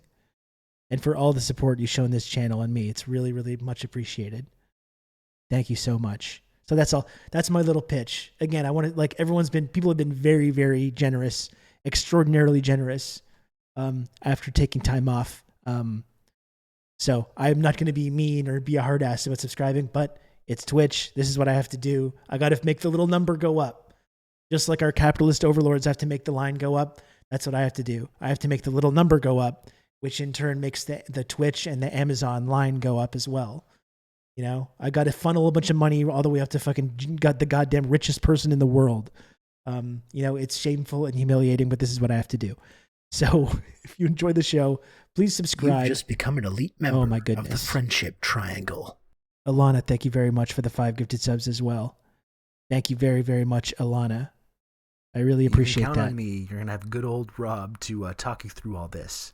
And thank you also to Tekemthi for the Prime sub, brand new community member. Thank you so much, Tekemthi, for the Prime sub. There we go. I appreciate that a lot. Thank you. Okay, let's see if we can get to a little bit more of this video, and then we're going to get to SINA RAHMANI in just a few minutes to talk about Iran.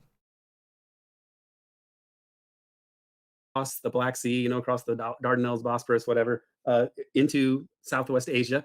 And this would have been a way to connect Germany to the Middle Eastern oil, and it would have been a workaround to the British control of the Suez Canal. And so it was horrifying, probably is a contributing factor to why New day, new Rob. That's right. The British side was terrified of German industrial power and it being fueled. Although that's there will be no more talk of any new Robs, okay? We hear in the Discord server and we hear talk about different Robs, new Robs. There's going to be no more of that talk, just so that's clear. By Middle Eastern oil.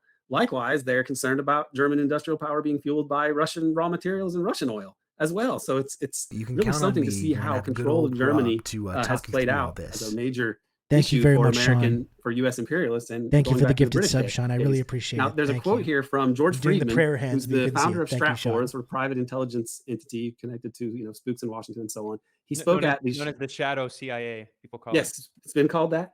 And he spoke at the Chicago Council on Foreign Affairs, and he said the primordial interest of the United States, over which for centuries we have fought wars, the first, the second, you've just become an elite member of the Friendship Triangle. Oh, goodness. Iron, thank you for the 5 gifted subs as well. Thank you, Iron. Very much appreciated. Thank you. First World Wars, he means, has been the relationship between Germany and Russia, because united there, they're the only force that could threaten us. And to make sure... Give me the Beach Boys and free my soul. I want to get lost in the rock and roll and drift away. That doesn't happen. And so, this is relevant up to the present day. You can count on me. You're gonna have Asia, you've seen recently, is also relevant to control of this world island. You see here, this Thank is you from to Comrade Social Distancing again, too. Thank you. The company's a William Blum article, maybe one for of the his gifted last articles. sub. But you see where there are these NATO ballistic missile systems right here in Europe, for example, where these arrows are. Some of these are. And these are, in the present day, they are supposedly missile defense. But those missile defense systems are not really useful except to possibly deter a second strike from Russia.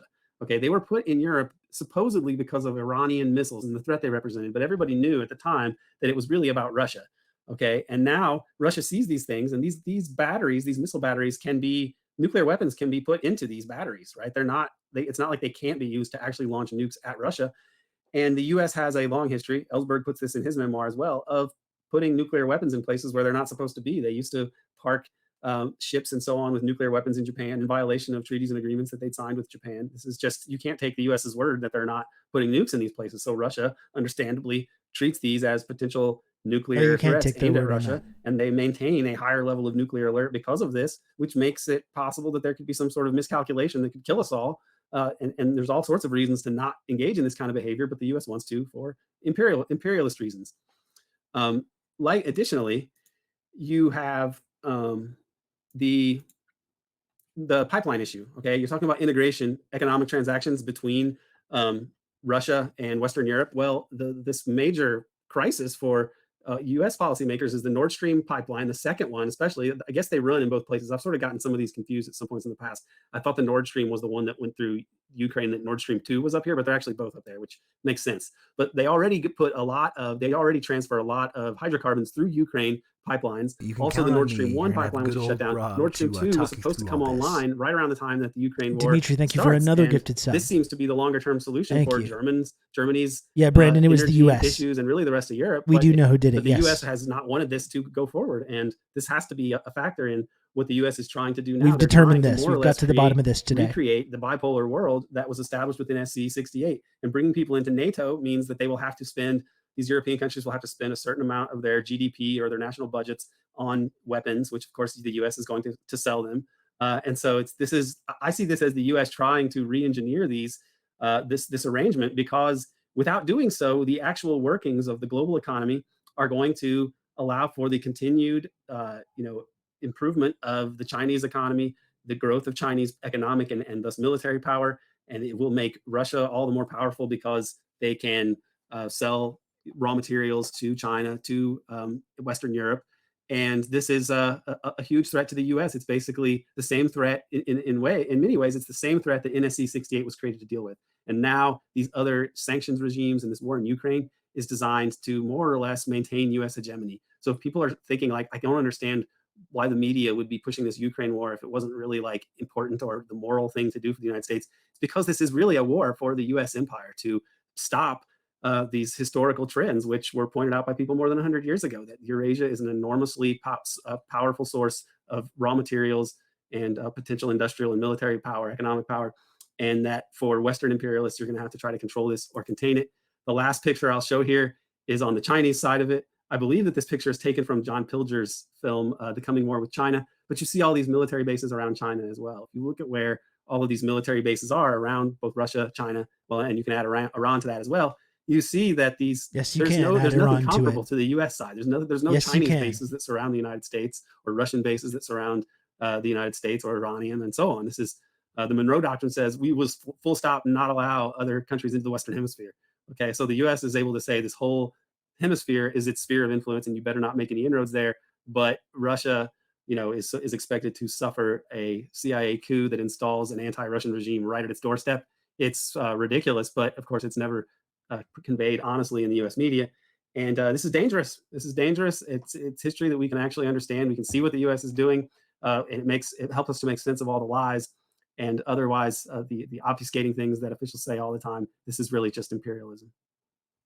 Okay, that's a great place to leave it. That is a great place to leave it, because we're going to pivot to talking about Iran now. And remember, just the one thing I always try to point out as well is that it's not just about Russia. It's not just about China. It's not just about subverting their ability to be economically independent and to be independent of Western hegemony, but it's about having control over the global South and the third world. That is what a lot of it is about as well.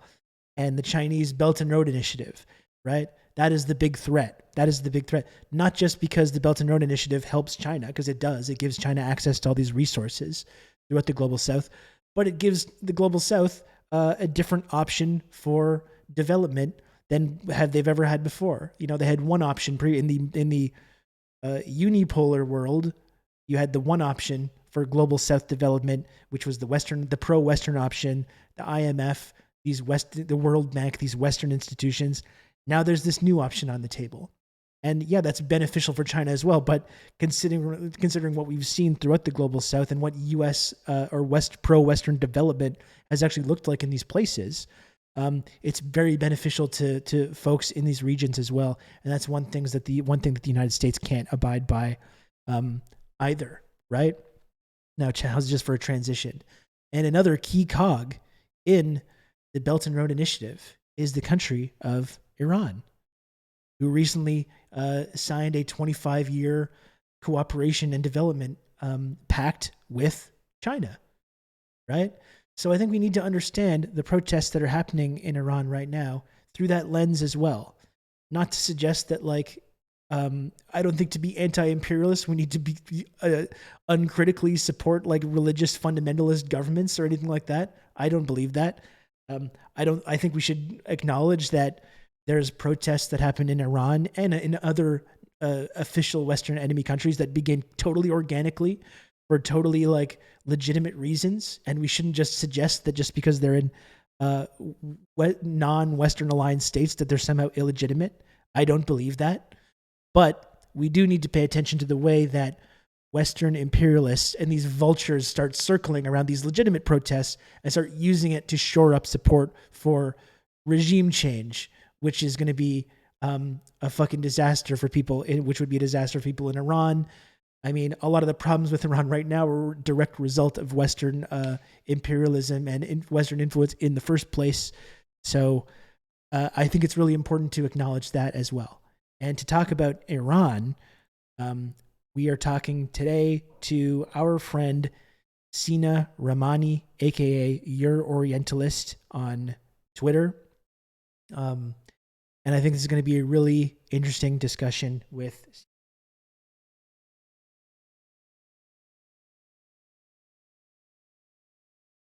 Look at that, the pro streamer pivot. That's right.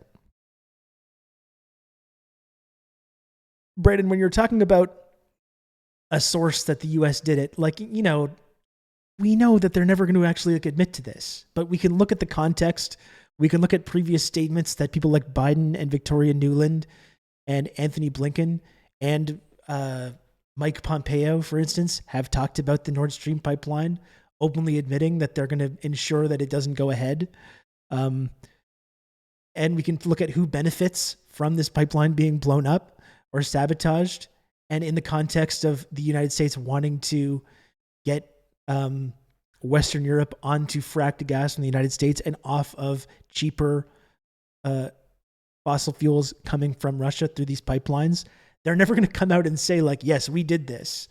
Obviously, no Western journalist is going to come out and do their actual fucking jobs and find some evidence of this. But I think we can, using our brains, look at all the context around this and ask these critical questions and come to the conclusion about who benefits from this this kind of sabotage and who doesn't. Anywho, let's close this for now.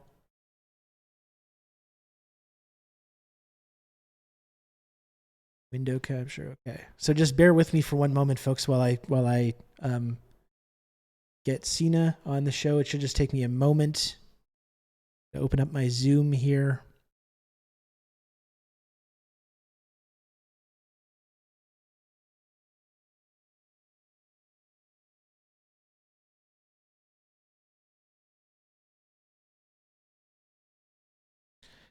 Invite the invite link. Okay. I'm going to send that to SINA right now.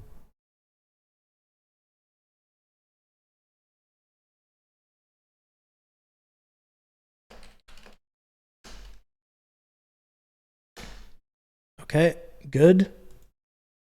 Sent over to him. And the one thing I'll have to do here as well is open up Zoom. Good. Okay, good. So now we're just going to wait for SINA. Rahmani's going to be joining us in just a moment.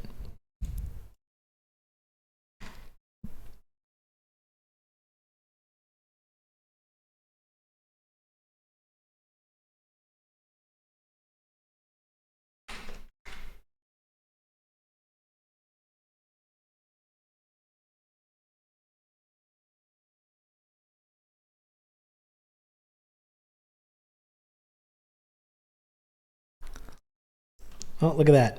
Look at the timing. I'm doing some pro streamer shit right now. Hello, SINA, are you there? You hear me?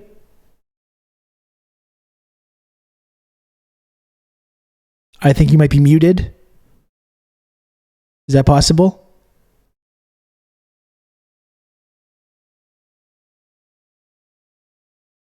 Do not hear you. I thought this was going really well, and this one thing is messed up still.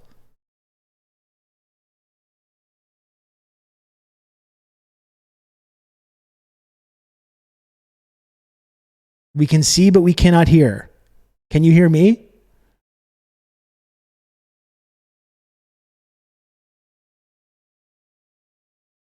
Is it possible that you're muted on Zoom? Yes, I hadn't joined. Sorry. There we go. There we go. But is my camera being weird? Oh no, it's fine now. It's being a little wonky, but that's okay. It looks kind of cool and like an old degraded VHS tape or something, which is kind of my vibe. Yeah. Which is that's how I feel on the inside. Good. Yeah. Let me turn off the background doodle blur background because I find that it is being weird. It's probably because of my upload. That is possible. Yeah. My upload isn't great. Well, SINA, I got to thank you. I know you just went up to the cottage. This is SINA's dedication to creating great content. He's taking time out of the cottage lifestyle to join us on this program and talk about it. Thank you so much, SINA, for joining us. That's fine. Are we live? We're live right now. Yeah. Yes, oh my God. I know. Yeah. We got to do it live. This is the streaming. This is how we do it. Fuck it. We'll do it live. Yeah, exactly. Yeah. Wait, so it's integrated. Can you tell I've never done this before? It's integrated through Zoom. Obviously, it's not done through Twitch. Yeah, I'm streaming on Twitch, and I have a little window on my screen that I'm projecting Zoom into, and I'm projecting you live for an audience of dozens and dozens of people. there are dozens of us. Just play that GIF in your head of Tobias saying there are dozens of us. That's exactly right. So SINA, thanks so much for joining us on the show. I'm really excited to talk to you today. I'm really sorry. I know you're still in mourning right now over the Queen, as am I. So again, it's upsetting for everyone. Yeah, it was very hard, but I'll cope with it for you. I'm that dedicated to content. Yeah, that's right. It's been very difficult for everybody. So we touched base prior to this, SINA, about what we wanted to go over. As we know, there's been these ongoing protests happening in Iran, which began following the death of 22-year-old Mahsa Amini, who had been in police custody over allegedly breaching Iran's strict hijab law. And we're seeing these big protests starting, and we're also seeing this big sort of Western response and all the hashtags starting and all this kind of social media campaigns starting, and everyone's getting kind of encouraged to join in on that.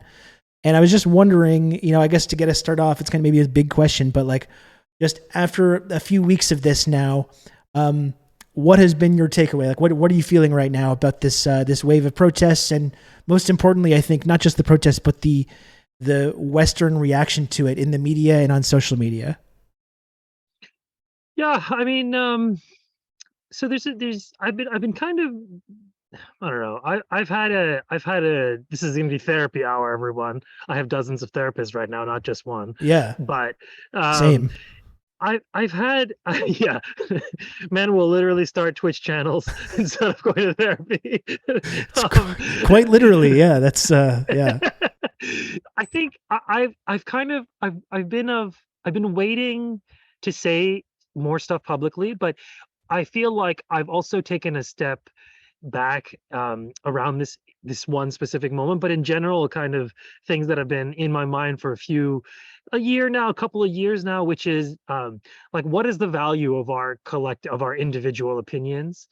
And this is all I'm gonna answer your question, but I've been very hesitant to partake in these recent events, and how do you sort of describe them, like protest wave, demonstrations, you can say unrest and all these things, but the phrase that keeps coming back to me over and over again is the phrase from that CIA guy, the famous James Angleton. He talked about I think it's a line from W.H. Auden, I'm not sure, or something, maybe somebody from Poet, but he talked about a wilderness of mirrors.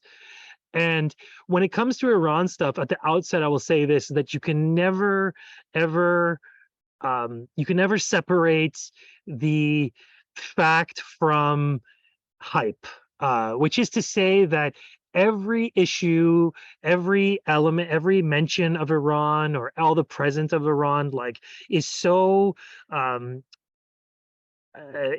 gripped in this, to use this horrible Derridian phrase, sort of always already ideological force, which is to say that because of the nature of what Iran is in the U.S. kind of nerd journalistic fantasy world, and that's not just U.S. It's another special country that we'll talk about later. It's called Israel, but that the fact that that Iran is so important to us on the screens is something that has been manufactured by people who want to see Iran fall.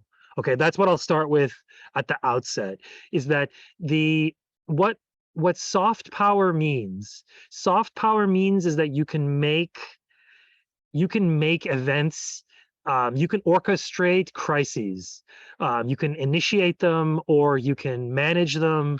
It's like crisis management software, the collective force of the Western media. So plenty of people die in Iran every day. So plenty of them actually, probably some of them may even die at the hands of the state. There's plenty of injustices to choose from.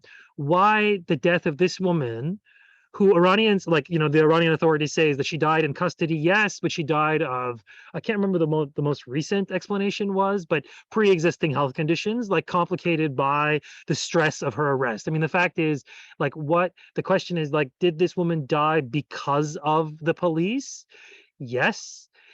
Does that but then right there is where the big issue is that then, okay, if yes, then what, right? Because like we're accustomed to these we're accustomed to this because, you know, we think in terms of, you know, these like French revolutionary terms for some reason, that we think that revolt is the same thing as revolution, right? That unrest or property destruction or mass demonstrations, that like the shutting down of circulation of goods and people, which is like how you get at a state like a modern capitalist neoliberal state, is that you shut down its ability to be a kind of circulating organism for all these commodities and money. Like that's the way you like attack a state, you know, and that's one way. At least you attack a state and you make a symbolic protest, right? Like that's what any protest is. So the disconnect, I would say, begins at the injunction of what causes people to go into the streets. I've you know, I've been active politically, whatever that means, for like 20 years. I've been to like more hundreds and hundreds of demonstrations, and I've come to the conclusion that it's all just like doggy daycare. Like protests are like doggy daycare anywhere in the world, most of the time. Like 99.99% of protests, you know, that are going around in the world are doggy daycare, which is to say that it's like a kind of closed off and cordoned off space where there's a kind of surplus of energy that needs to be exercised, and there may be cameras there, and there may be, like, you know, more complicated apparatus, but essentially it serves the purpose of doggy daycare, politically speaking. And I've come to that conclusion since, you know, like, you know, and I knew, for instance, you know, like when we were kids, like we're basically the same age, Rob, I think. We're like, Yeah. you know, we all marched against the Iraq War. That was the largest protest movement in history. It didn't change anything. Right. No. So, or you saw the George like, Floyd protests or the in 2020. Yeah, didn't change anything. They got more. They got more police stations. They got more money. So, like what this exposes, putting aside like the actual events, what happened in Iran, the state response, the media framing, everything. Like my first thought has been, like, what do protests even do? What have they done in my life? And why is it that all of a sudden, like our media, which doesn't care about protests, all of a sudden cares about protests elsewhere? Now, that's an easy one, because that's the nature of like our Western regime change, hyper-focused media, is that you siphon off any kind of news. News is a series of like crisis publicity events, right? And so if it's a crisis in a country that we don't like, then it attracts a certain amount of intensity from our news media than, say, like a country that we don't like, right? So, and there are kind of contradictions in that. Case in point, Turkey is an ally of the US, but occasionally you have influential Turkish sort of opposition members in the US who can organize a kind of media publicity. I mean, this is all complicated, but which is to say that, you know, you can never know with our media. You can never know the hype and the machine around these specific rounds of protest has really been like very eye-opening for me. And not because of the reasons I just stated about like the more like moral, like just like hopelessness questions of someone who imagines themselves to be someone interested in, like, you know, like a, you know, forcing people to account for their own power, right? Which is like the dream of citizenship, I guess, democratic citizenship, right? You want to live in this liberal fantasy that you've been born into. So you say, okay, I want to speak my voice. I want to participate. That did nothing. So now what? So I feel that what happens in these moments is stuff happens over there, and that stuff is like on its own, especially in a place like Iran, where there's so much force, occlusion force, kind of occluding voices and people who are just bonkers, and so many charlatans, and just so many like freak losers. And these are like actual I don't mean that in like the juvenile way. I mean the actual losers of the the Iranian Revolution. Like a lot of them are in the West. A lot of them make homes here. Sure, yeah. So yeah, you're gonna find lots of people who hate Iran, the current government, right? You're gonna find lots of. It's not hard. It's not hard, especially here, right? But here's the critical thing, right? Like they're the ones who have a predominant amount of media clout over the representation of Iran, right? That's what happens in these situations. The comprador sort of compulsion kicks in, and the fact that we've gone from a media class that was all stodgy white men who were like bellicosely making the case for genocide in Iraq, right? To now, which is a whole class of mostly, I would say, women, like 75% women, like from that region, whatever we're talking about, in this case Iran, but it's usually whatever. Same with Venezuela, same with Cuba. It happens like that comprador voice. China as well. Has, yeah, like, and even as like a ton of places, like this is how our machine works. This is how our political machines work. This is how corporate media works, is that they find they find opposition forces and amplify them. And this is something that, say, other countries do, against the US. They find, so your best place to find some, like, the actual few oppositional voices in the US is probably on, like, Iranian or Venezuelan or, Bolivian TV. Like Yeah. That's just how this game works. And so the critical thing in these moments, I think the sum total of all this, if I was going to have one thesis of all of this, is there's, like, with Iran specifically, and with some other countries too, let's say DPRK, let's say, although it's not as advanced, the comprador machine is not as advanced with the DPRK, but let's say Cuba, China, same thing, Russia, same thing. Just don't even look. I would say don't even look, because there is simply no point. I saw, like, I'll give you an example of how irresponsible this media class is. Okay. There are probably, I've seen estimates of the size of these protests. And we're talking, like, I've seen one Iranian journalist says 10 to 15,000, right? And that was the answer to the question, how many people have been involved in the protest and in the counter protest? Okay, that was one Iranian journalist who's there.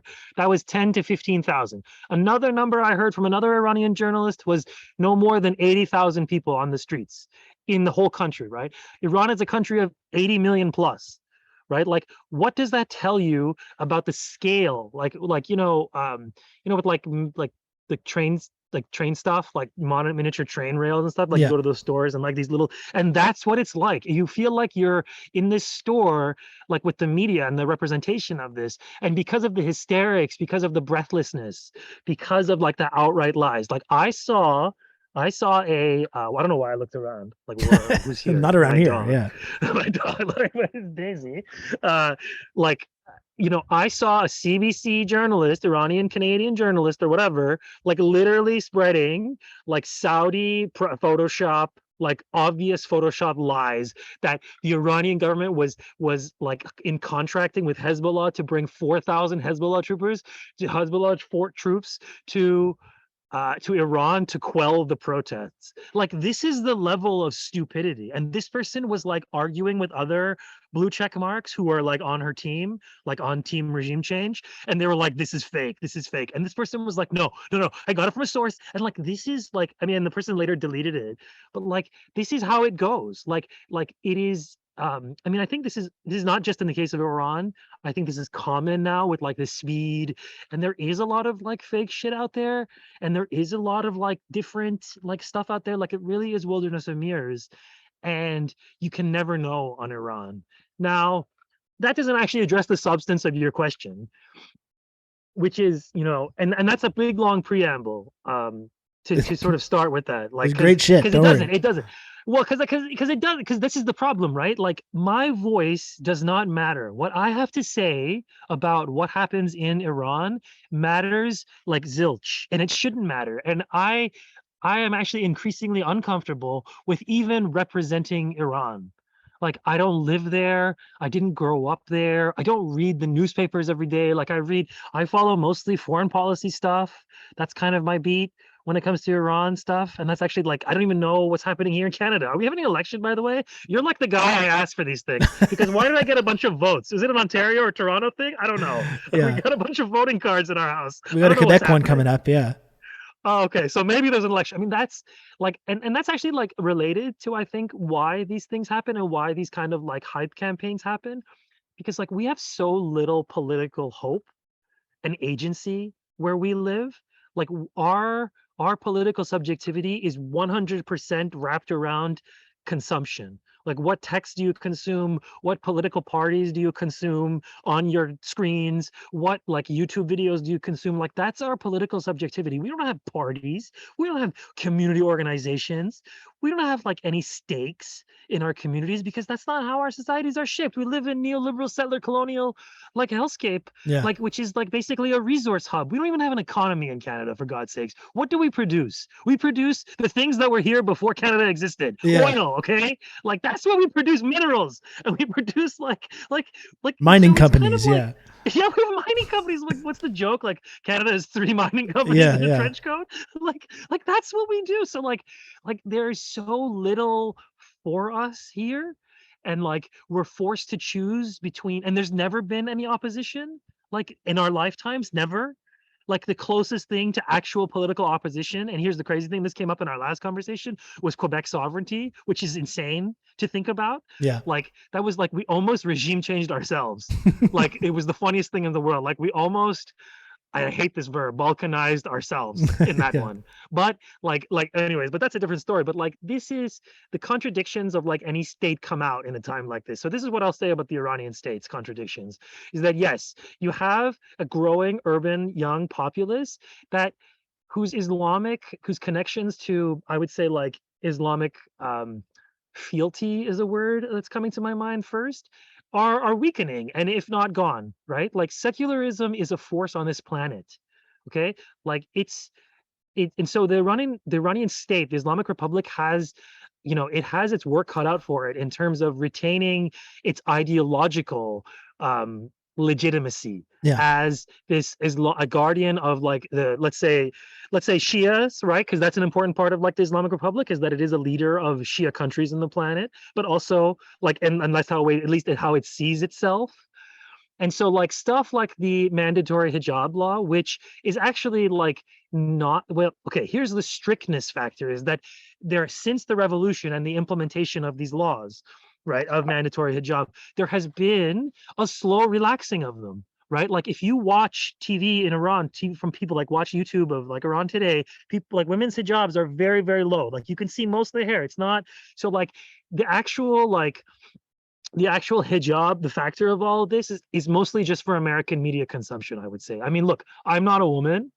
I don't know what it's like to be forced to wear a hijab. Okay, I don't live in Iran. Also, if I lived in Iran and I've talked to my relatives about it. Like one thing, for instance, my aunt told me, and she said, we're not allowed. We have to have these rules of long pants, because it's not just like hijab, right? It's like long pants and like long sleeves and stuff. And like these are like laws that are passed by majority male parliamentarians and like an elite that's majority male, and that affects mostly women, right? Now, I'm not going to get into like the merits of the hijab. Like that's not for me.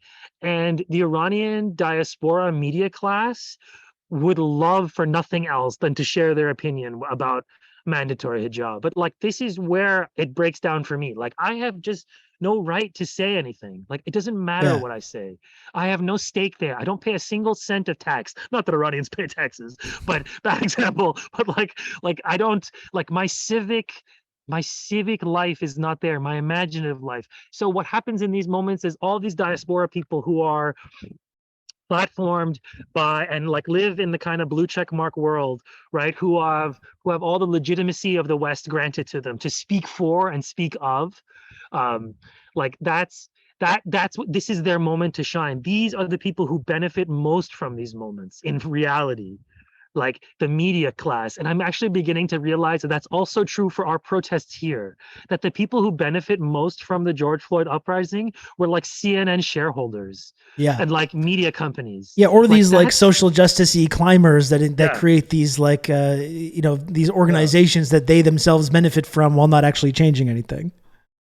Yeah, like that's part of that's, and I think that when we say that like, oh, we live in a commodified society, like that's not like, that doesn't mean things have price tags on them. That doesn't mean things are expensive. That means that every experience, every iota of our beings, from the moment we're born, from before we're born, are chopped up and commodified as much as possible, right? Like that's what I do right here on this very program. Yeah.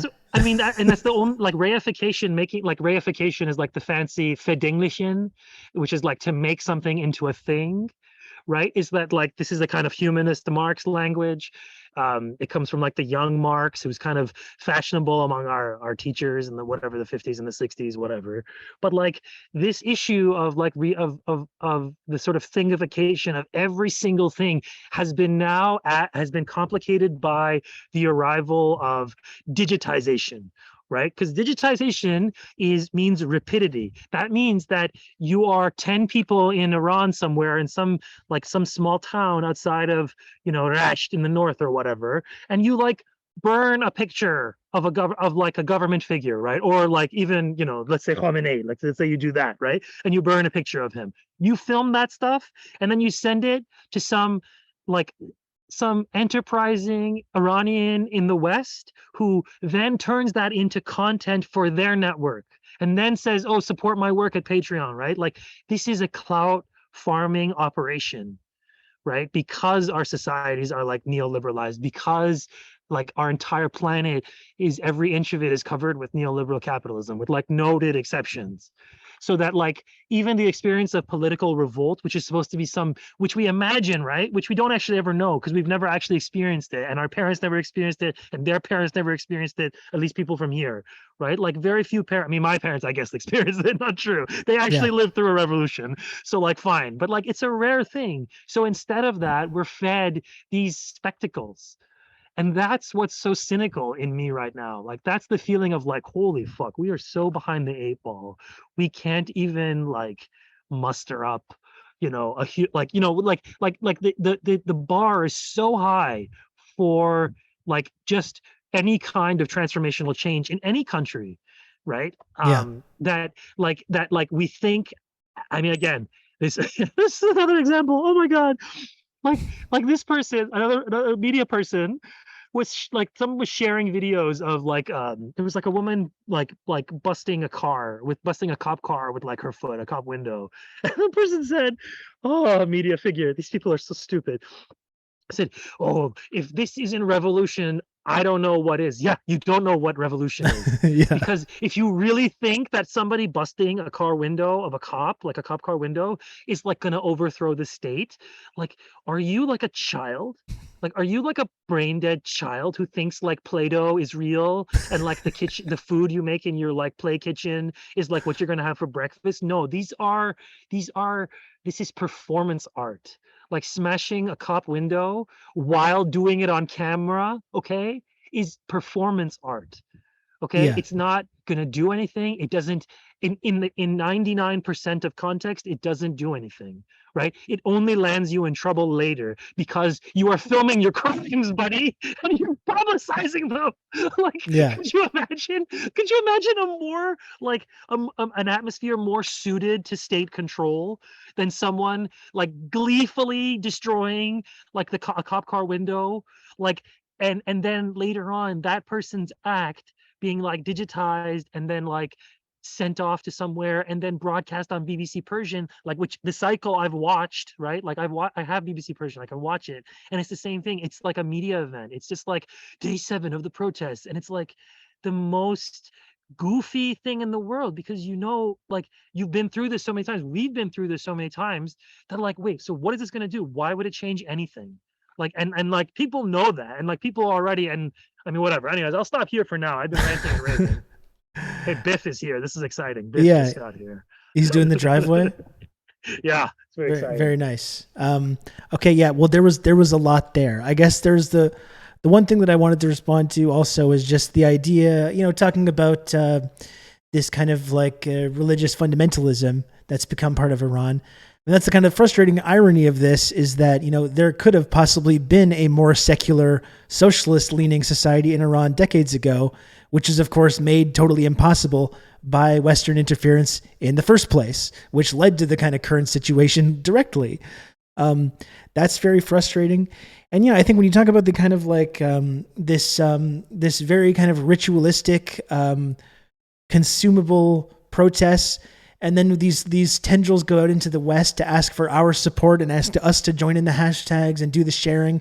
And of course, it seems like such a noble thing to be a part of. Who wouldn't want to support more secularization in a place like this? Who wouldn't want to defend young women that are subjected to violence by the state? It's very easy to want to support that. But then at the same time, you see these vultures circling at the same time. You see like Mike Pompeo, former head of the CIA, talking about how we need to support this. You see the NED and these agents and institutions of Western imperialism circling. You see Western media using it to kind of manufacture consent for more regime change against a country which is a established kind of enemy of the West, and a big part of like the Chinese Belt and Road Initiative, which is they recently signed a 25-year cooperation pact with China. So there's all these geopolitical interests that you can see animating the dialogue around this. So I think that's the tricky thing when you're in the West, paying attention to it, is not falling into that trap of supporting something which is only going to benefit the West and not benefit anybody in Iran, actually. And I think that's ultimately what it comes down to, is that just like those decisions need to be left to the people of Iran. We in the West don't really have any influence on that. And as we've seen throughout the decades or centuries really with Iran, more Western influence is going to lead to a bad outcome for people in Iran, women and everyone else in Iran, and not a good outcome. And that's, people lose sight of that in these moments. Yeah, I mean, it's like the question is like how do you even talk about Iran in this context? Which is, you can't. Like, there are just so many venomous, viperous, charlatan, freak losers shrieking at the top of their lungs who have been wholly welcomed into this kind of media machine, and they represent a certain class of Iranian society. I mean, this is also true with the US media class, is that it has its divisions, but ultimately they constitute a class of people, and they represent a certain class of interests. And I would say that's also true in the US diasporic Iranian thing. That's the conversations that are held in English around Iran. Like, they're almost completely, like, the split, I would say, politically, is like liberal Iranians who are during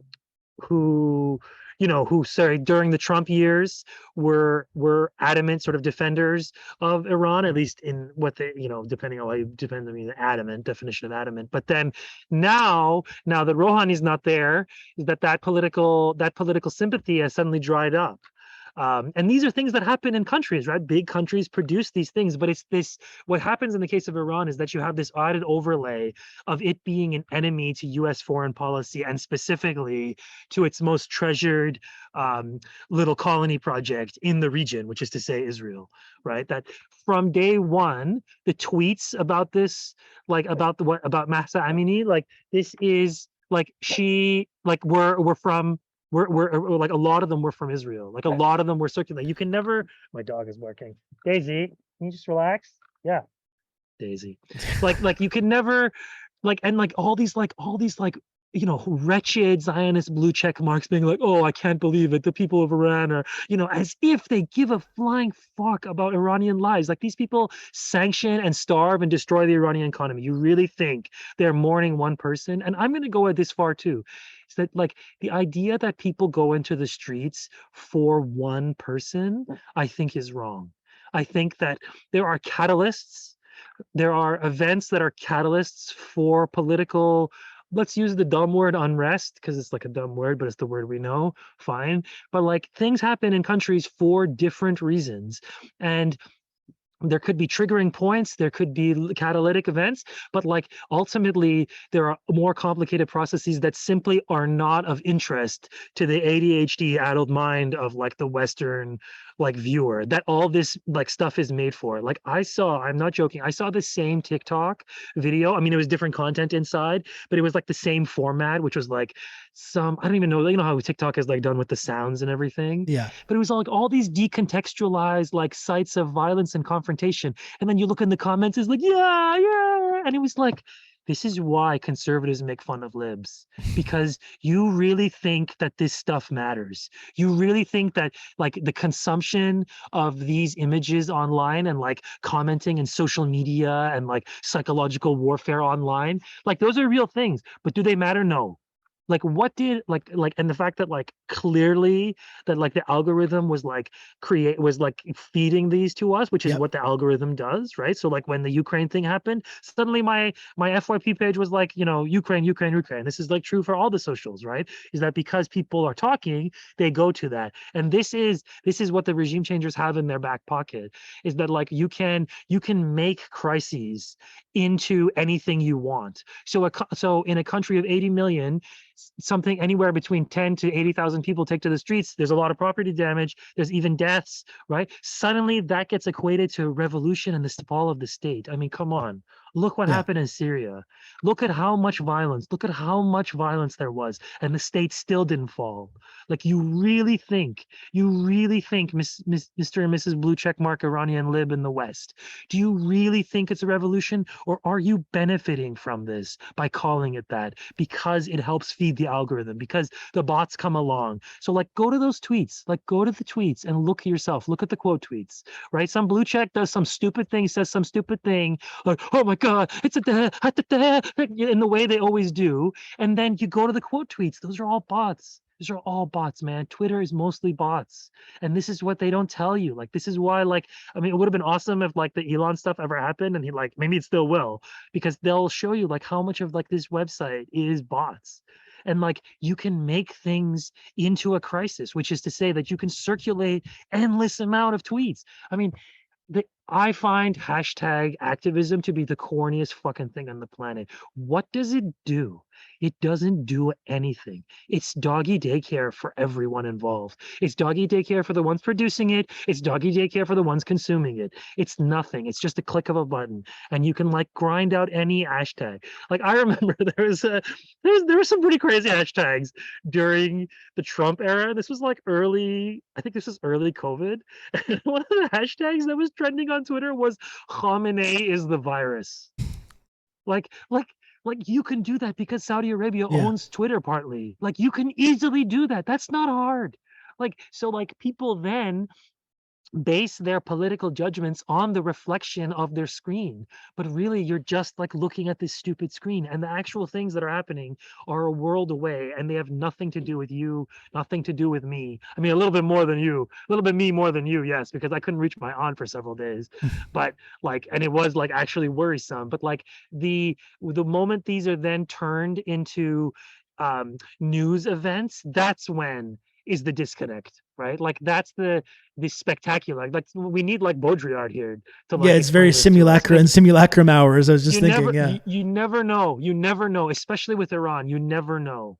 You can never know. There are just too many freaks. Like they won't even let Iran have one measly English language broadcaster. They chase these press TV people. They actually like arrested and jailed one of their reporters, and nobody gave a shit. They like took off her hijab, like they assaulted her. Like nobody gave a fuck. Nobody cares about these things, about press freedom, about rights, about all this shit. And you should be cynical. And the people who aren't, the people who never learn are the fucking liberals. Okay, libs never learn. They never learn from their past, from what happens. They always fall for it. And in fact, this is something that Louis Alday once said to me. He said that this propaganda, a lot of the propaganda and like the media hype is written for them. It's composed with them in mind, because they're the ones who carry an immense amount of weight in the media class. So like those liberals are like a huge influence. I mean, what's funny, a few days after all this gets started, all the opposition starts fighting. So there's like a video from London of like monarchists and I don't know who else, but they're like, basically, if you let them, they would have murdered each other on the streets. I mean, like maybe not murdered, but like seriously maimed. And like, this is the opposition. You really think 50 clowns against 50 other clowns, like in London, is going to do anything? Do you think they would survive 1 minute in the Islamic Republic? So like putting aside like I try to, this is the sum total of all this is that like, I guess what I'm trying to like articulate and figure out in my own head is that like I'm trying to figure out like what's the best way for me to intervene, and the only way I can intervene is to talk about the representation. Like I'm not going to represent the events. I just refuse. I'm not going to like I'll watch, I'll consume it, and I'll form my own opinions, but when it comes to Iran and stuff, like there is simply no point. There's just simply no point. And you know, the Iranian class of people, like the class of Iranian media people, academics, like they're a hopeless bunch too, if you ask me. Like it's because they have to operate in that liberal world that is so primed for regime change, and you have to perform for them to keep your jobs. Yeah. And so, you know, I don't give a shit. I don't give a shit. Is that bad to say? Like, I don't give a shit. I don't want, like, I care what happens in my country. Obviously, I care what happens. My family's there. Like, I was born there. But the thought that I'm going to sit here and participate in performance art and like I'm going to sit and like, you know, like wring my hands and have opinions. Like, I'm just not going to have opinions from now on, I think, on stuff. I think opinions are the problem. I think It is, yeah. But No, we should we're have the less problem. opinions, not more. Yeah, definitely. Yeah, we should have fewer opinions. Our takes are stupid. The take culture is stupid. Yeah. The breaking news culture is stupid. The hashtag culture, oh my God, that's up against the wall. First day of the revolution. That thing gotta go. Yeah. Like all of this is good for, you know, there's like the Simpsons gag. You remember when Homer goes to space? I cite this a lot. Like, and then they were like at NASA control and they're like, so how, like after they launched, they're all like, yeah. And like, they're like, and then there's like a brief pause, like, so how's the mission doing? They're like, I don't know. This is all for measuring ratings. And like that's what it's like. Like all of this is for ratings. It's all of this is for the analytics pages of the, seven or eight dozen freaks who live in like 4 different cities in the US and Canada. And like, I guess there's like Sweden, there's like a European branch of it too. There's like a Stockholm branch, there's like a Germany branch, there's like an English branch. So like, there's plenty of Iranian opposition that you can make anything from, and they're happy to participate, which is whatever. You want to do that, go do that. But the problem is they're the ones who have the thumb on the scale for all of these events. So you never know. And a lot of them are like traumatized freaks, or the children of trauma, or freaks of traumatized freaks, like freak children of traumatized freaks who like made careers for themselves. And like, that's what's also on display in moments like this, is that you also have a division in our culture, in our Iranian like people around the world. Like we have a very hard split. And a lot of it means like, were you there? Like, are you there? Like, when did you immigrate? Like, yeah, and I guess there's been waves of immigration, sure. So it's changed, but like a lot of people left right after the revolution. Like people like my family, we left not right after, but during, or it was during the war they left. That was more my family story. Or some people left in the 90s when neoliberalism hit, or some people left in the 2000s, right? Like some people left in the 2010s, some people left during Trump. Like this is a large country with an educated workplace that can easily find work in the West. Like Iranians are very educated, they're very well trained, they travel very well. We do as like a people. So it's not hard to like find them here. There's a lot of them. And you're going to find diverse opinions, and you're going to find a lot of people who hate the Islamic Republic. This isn't breaking news, but the fact that they're the ones who have so much overwhelming force and like so much like hype is built around them. Like you'll see stuff on like the lame, CP24 channel, like, oh, Iranian, there's like 30 freaks in some public square in Toronto. How is this important? I think of this too. It's like, are we this special? Like, are we really this special to the world that like 14 anti-Iranian, anti-Islamic Republic Iranians fart into the wind? And this is like breaking news on like the New York Times. Like, why is any of this important? Like, especially considering the fact that Europe is going to freeze to death this winter, this is how the crisis management is what the soft power can do. Crisis narration, crisis management, that's the power they have, and we're forced to go along with it and have opinions. Yeah, and that's the thing I always point out too, is that as well, it's like if you have 30 anti-Islamic Republic Iranians demonstrating in Toronto, it's going to make like international headlines. But you don't see the same thing if there's a couple dozen anti-Saudi Arabian nationals doing it, or even like anti-Zionist Israelis when they protest. Not only does if it does make the news, it's framed as being like they're terrorists supporting bad Jews for doing this. So it's the way that we talk about these different groups and the way that the media covers these different things, or covering protests in Iran versus covering protests in Haiti or other U.S. client states, which we just don't fucking hear about. this is the kind of like the difference that we have to like be paying attention to, I think. And I know you mentioned Israel a while back too, and that's like they're like, it's not only just been like Israelis voicing support on social media for Iranian women, but literally the Israel official blue check Twitter account put together this like video how much they support Iranian women. And you could go to a public square, I'm sure, in Israel and talk to people about Iran, and a lot of the people would just be like, yeah, we need to nuke them off the face of the planet.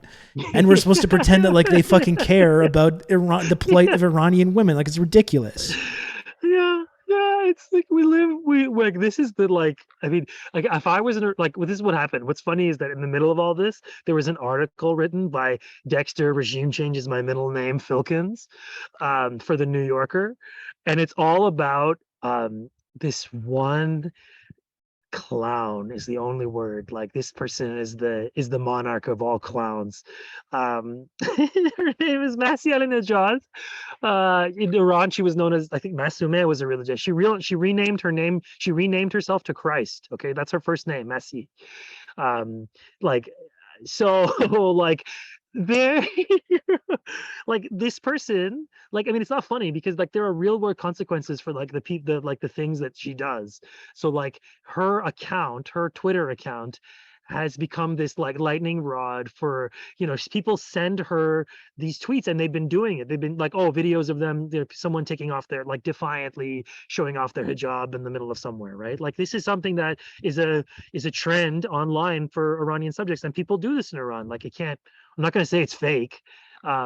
It's real, like, people do it, like, but like, it's the scale. It's what happens is that it's the train model thing again, is that the scale of it is then really embellished here, because it helps the person who's posting it. It helps Masih Alinejad make money, right? So like, that's what's like so dark about all this, is that like people die in the streets, people lose their businesses, like, you know, like cops lose their lives. Like, you know, I don't want anyone to lose their life, including a cop. Like, I don't want anyone to lose their life. I want people to live. And so you know, to the thought that like people die so that like Masih Alinejad can get her, like, you know, Twitter analytics up, so that like Dexter Filkins, who's like, this Dexter Filkins is just, I mean, I have no words for that guy. Like, the guy is, and so what happened instantly was that a lot of people were very embarrassed, because Masih Alinejad is loathed by a lot of Iran regime change, like a lot of the Iranian opposition, loathed for her shamelessness. Like, she has a picture with Mike Pompeo, right? Famous picture of her, that she's happy to collude with actual war criminals who are proud, like the guy who headed the CIA. Like, the guy is actually going to burn in hell, and this person is standing in the White House with him, right? So like these people like hurt their own brand as heroes of like radicalness, but what they do is, their brand isn't heroes, their brand is compradors. So going to go see Mike Pompeo in a picture and taking a picture with him was good for her, right? So like, that's why they gave her regime, like, that's why Dexter Filkins wrote the profile, because that's what you get the attention, the same way that Zelensky gets attention for doing what he does, which is like selling out his country left and right to American corporations and like helping run a proxy war. Like, that's the benefit. Our media, our soft power can make people into heroes who are loathed where they're from. And what's funny is that Masih Alinejad is not only loathed by a lot of Iranians in Iran, but she's also loathed by the opposition, like, because of her antics. Because, say, for a lot of people, they say, oh, you're a turncoat, you were a liberal back in Iran, and now you're some anti-regime person, oh, you like lost your colors. And just like, her whole thing is like Fox News. And like, what's so funny is that like if you follow this stuff enough, and if you follow enough people on Twitter, you sort of see how they interact with each other. There's like, the Iranian like comprador community is so big and so diverse. There's like different wings of it. There's like the evangelical Christian part of it, that like people who have converted. There's, what's his name? I want to say Fakhru. I can't remember his name. He's one famous guy, and they're like DC and LA and stuff. And then there's like the liberal class, who are mostly like in universities and like Atlantic Council. And then there's like the weird, like younger ones who are like influencers who, I don't know. It's all. Yeah. I'm so cynical. I am so utterly cynical about this stuff. This is one day I hope to cash out like this. I'm going to become an anti-Canadian regime activist in other countries later in the future. Go to Iran. They'll celebrate you, man. You can have all the kebab that you want. That's right. I would love that. That'd be wonderful. You could like just say anything you want about Trudeau. They'd be happy to. they'll believe But it. like, but this is ultimately what we're doing here. Like, all of this is like, we're not talking about Iran. We're talking about media critique. And like that's what's reality here, is that like Iran is like a far distant role in any of this. The actual occurrences in Iran, what people have to say, like I watch a lot of Iranian TV, and like a different stripes of it too. Some of the regime changer stuff is also just fun to watch for like wacky reasons. Like the first Twitch streamers were Iranian regime changers in LA. Like they were the first Twitch streamers, and like nobody knew, and they were like broadcasting on satellite from their living rooms, and like nobody gives them credit that like they like founded this stuff. That like what you're doing now is that like we're footprints by like freak monarchists. Like you should look up this guy. His name is Said Sekoui, and he would like people. Oh my God! He would get people to call in, and it'd be like, "What do you think about Khomeini or Khamenei? What do you think about them?" And they'd be like, "Well," and he's like, "Shut the hell up!" And he would scream at them. He was like a mix of like Glenn Beck and like Jim Cramer, like in these like he would just start screaming. It was very funny. He was very funny. R.I.P. Saeed Sekoui. He was a clown. Like this is like I like part of what like and like this is the funny part that like I mean it's funny to me, but like the psychosis of the Iranian Revolution that like caused in a lot of people is on display in these moments. That like people who were like traumatized by what happened, like either by in the run up to the revolution, either during the revolution or during the war or after the revolution, either like by what the state did to like their parents like 5 years ago in a legal case. Like it doesn't take much for you to hate your government.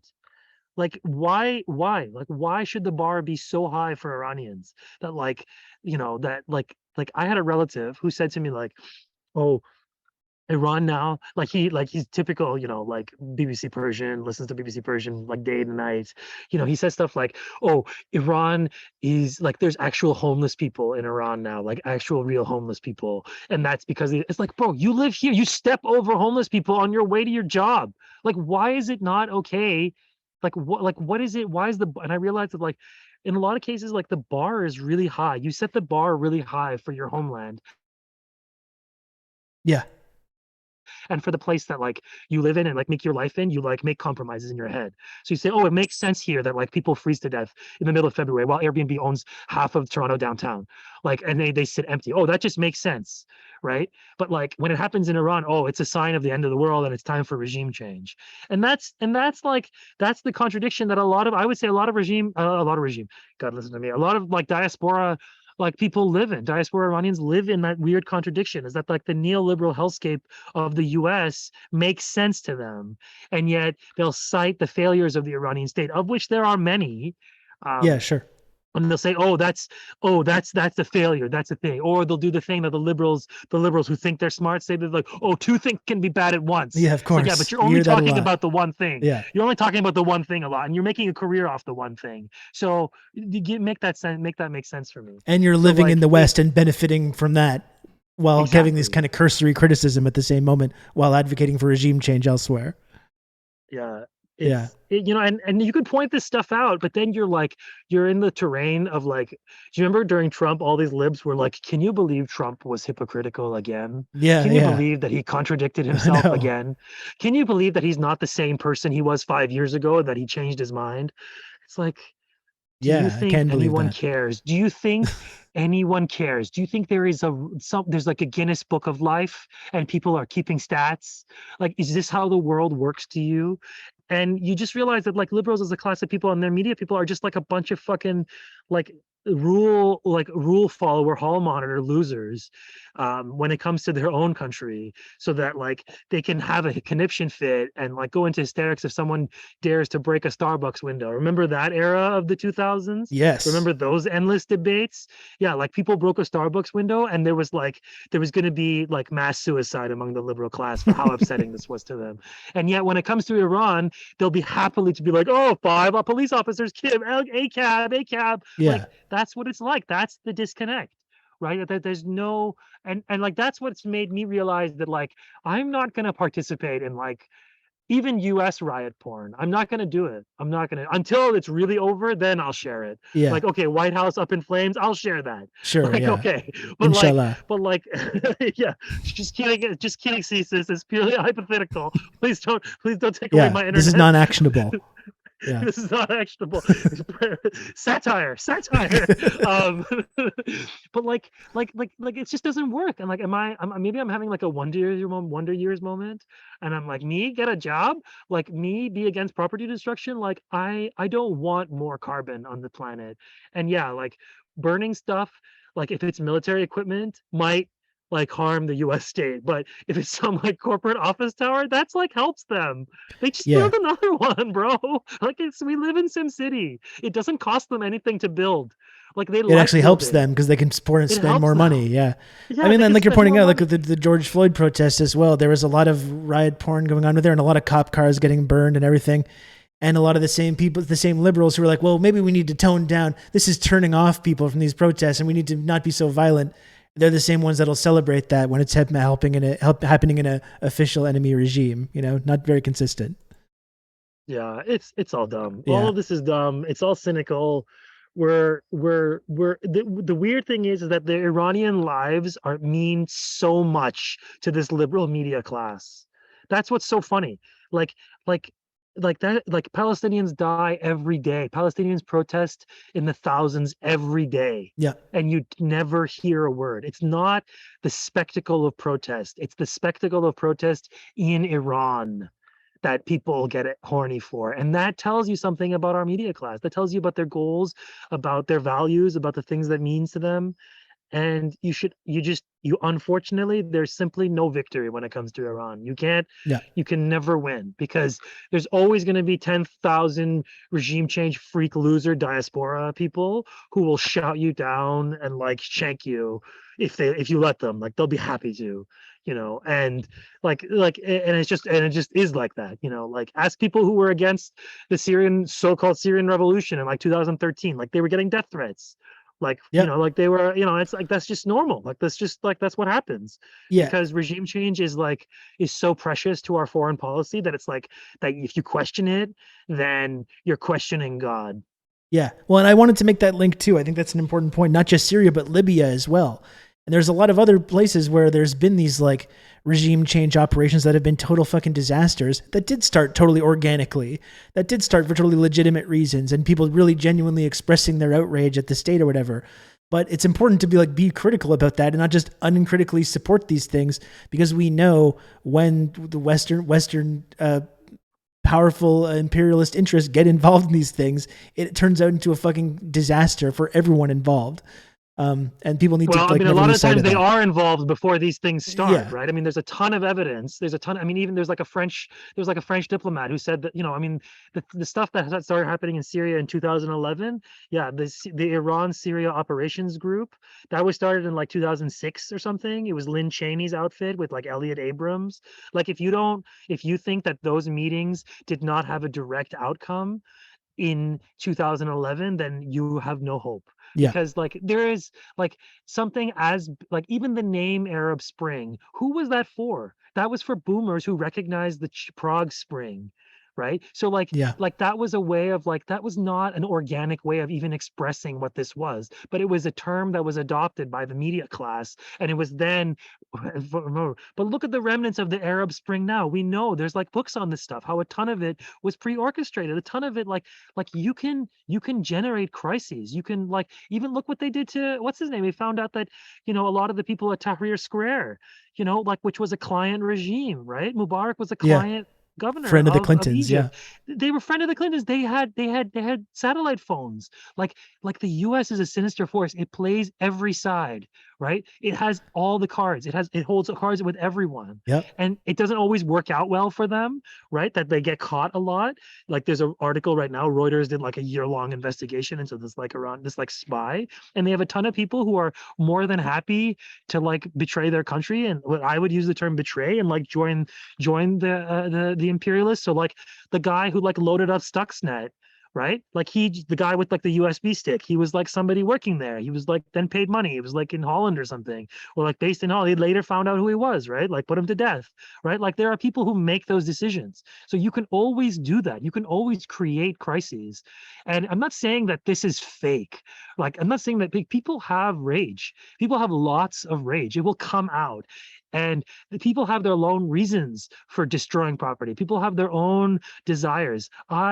I don't think that like the events of like say like the George Floyd uprising, people were, yes, I would say that people were thinking of him and how incredibly evil it was to watch this man expire live, and how like that enrages you. Yeah. Right. But like people were, that's a catalytic event. That's the like spark. Right. Like that Tinder was ready to go. Like that was ready to go. And that was like waiting to happen. So like, I don't think that there's like a science to this stuff, but it's the after the fact. It's how they're interpreted, how it's turned into a brand, how it's then like all these like, oh God, the worst, this was the worst, are the like artists with their like drawings. And like shout out to his family. Like, oh my God, it's just like, what is wrong with you people? I mean, are we any, like, here's a question, like, are we any different? Like, are we any different, like turning this woman's death into content? I don't know, you can make the case no, that we're doing it too right now. Like, yeah, you can make that case.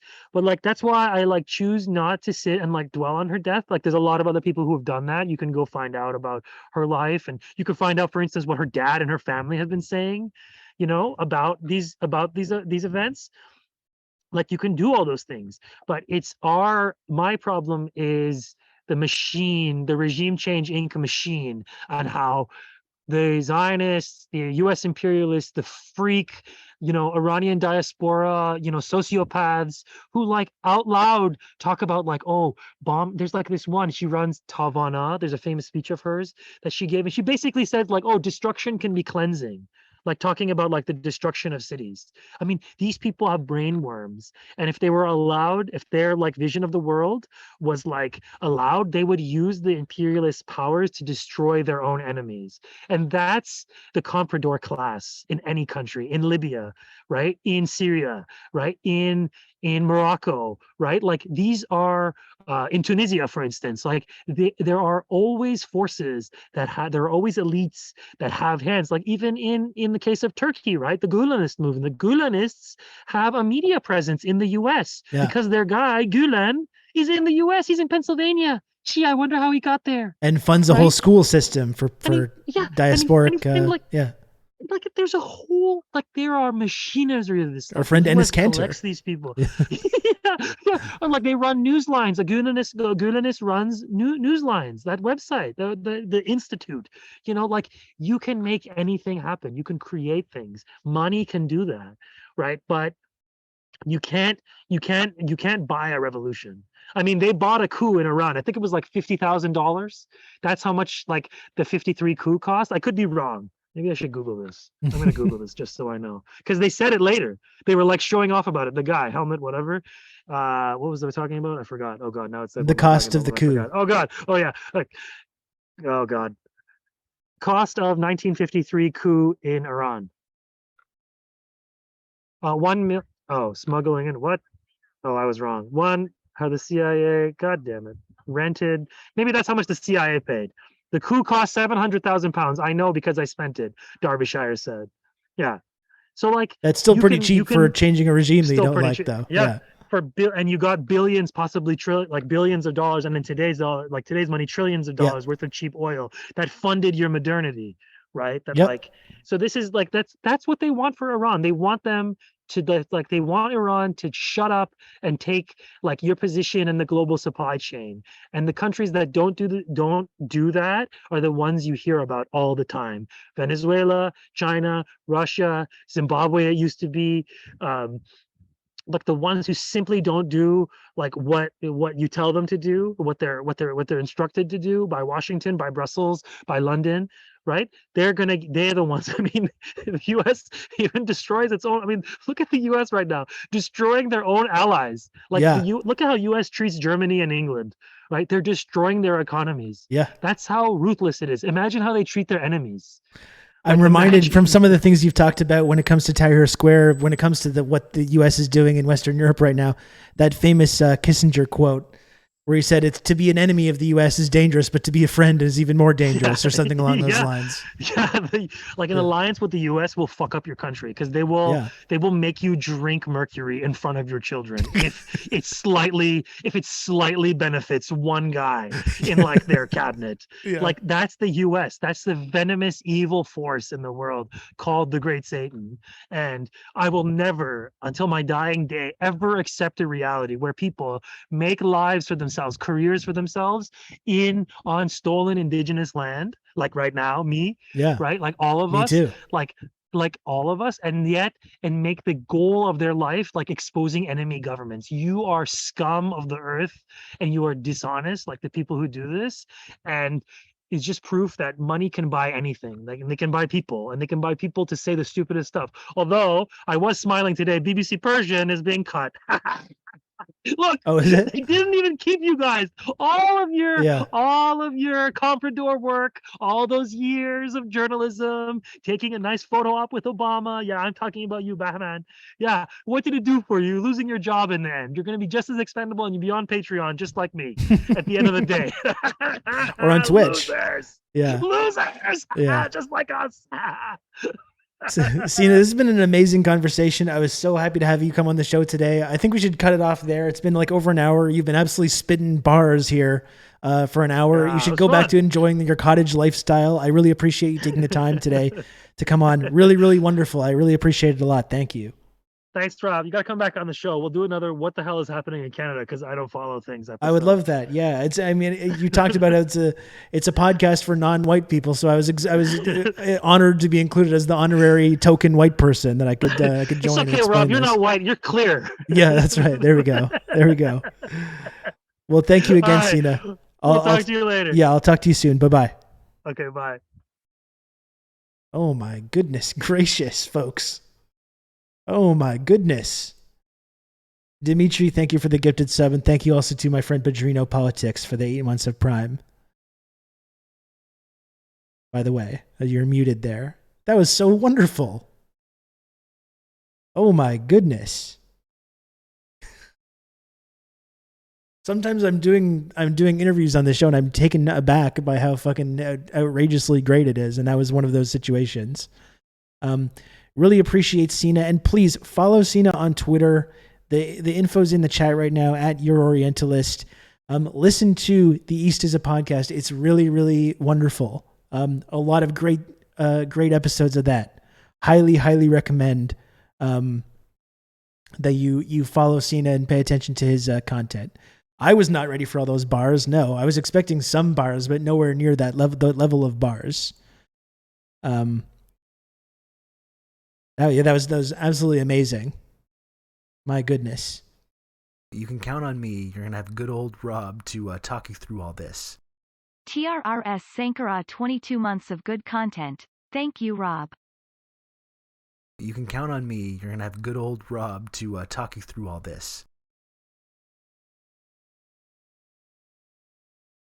Kijiji Genie, thank you for the 22 months, as you said, of Tier 1 and for all the support. I appreciate that, Kijiji Genie. And thank you also to GMO Radio for the gifted sub. Thank you, GMO Radio, for the gifted sub.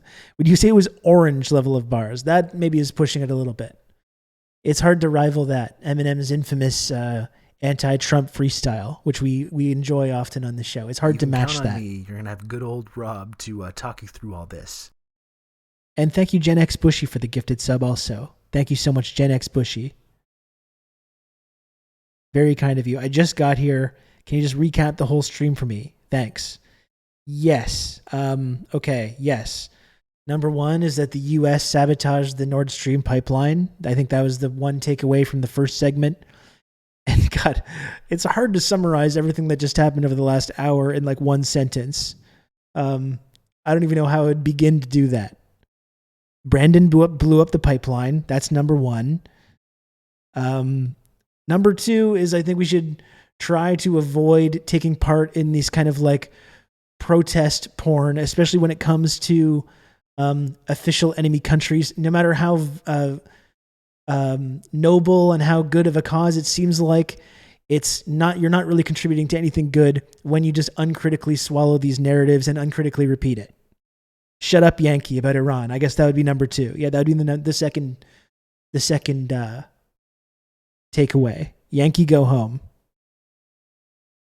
Anywho, folks, I think that's going to do it for today. I think that's going to do it. You know what? I'll wait around 10 minutes just to get the cursory 3 hours. But I think that's going to do it for today. I covered a lot of ground. I didn't take a break.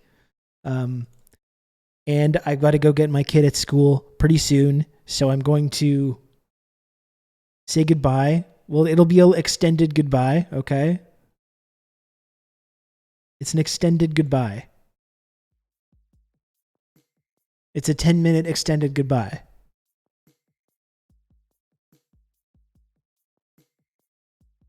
Could you repeat all that? Gosh, there was so much there, Old Dutch, but welcome. Libs bad, also a common topic today and other days on this program. I hope you're excited about the NBA season and the NBA Fantasy League to start. You just got to remind me of when the draft is, Squatch. I've been a little distracted lately.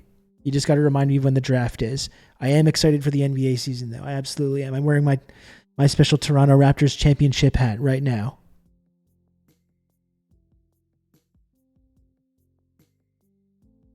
You look so much younger in the good light. Thank you, Dave. And I will give you your cash reward for the comment that you just left, which I promised you earlier.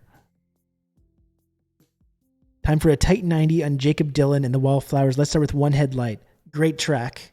Really great track. Great snare sound on that one. One Headlight.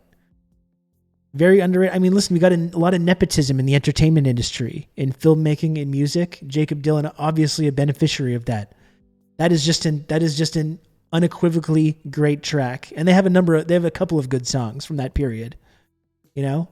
I think they had a couple of really good ones.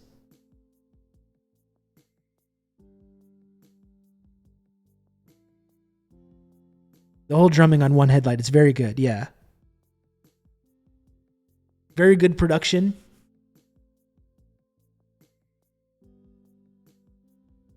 Very good production on that one. And they really had a moment. Fuck yeah, it's in my head now. It's weird how they never really expanded on that. It's like Jacob Dylan, he came in, they made that one really successful Wallflowers album. They were on the Godzilla soundtrack as well. They did the Bowie cover on the Godzilla soundtrack. And then he was just like, okay, that's enough for me. That's enough. I don't need to continue doing this now. I proved that I could put out a hit record. I proved that I'm my own man. I'm not in my father's shadow. And then he just faded into the distance.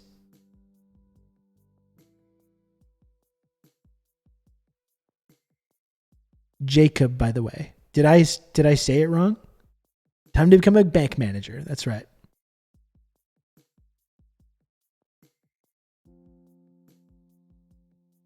He showed us all. He did. That's how you do it. He showed us all how to do it. It's spelled with a K. Okay, there we go. I see. I'm impressed that you had access to that knowledge, Lodane. I did not realize that.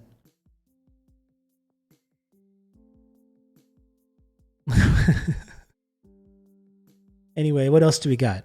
We got 7 more minutes of conversation. We got Jacob Dylan and the Wallflowers. We didn't really do a lot of chit chat today. The beverage today was Perrier Pamplemousse. Very refreshing. That was my beverage. Anyone else have any beverages they got going on today?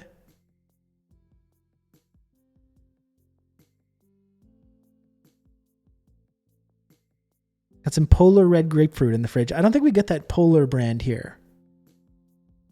We got some Miller Lite. There we go. Black tea. That Polar brand seltzer water seems good. It seems good from what I've seen. Iced coffee with oat milk, very nice. Watermelon bubbly, nice.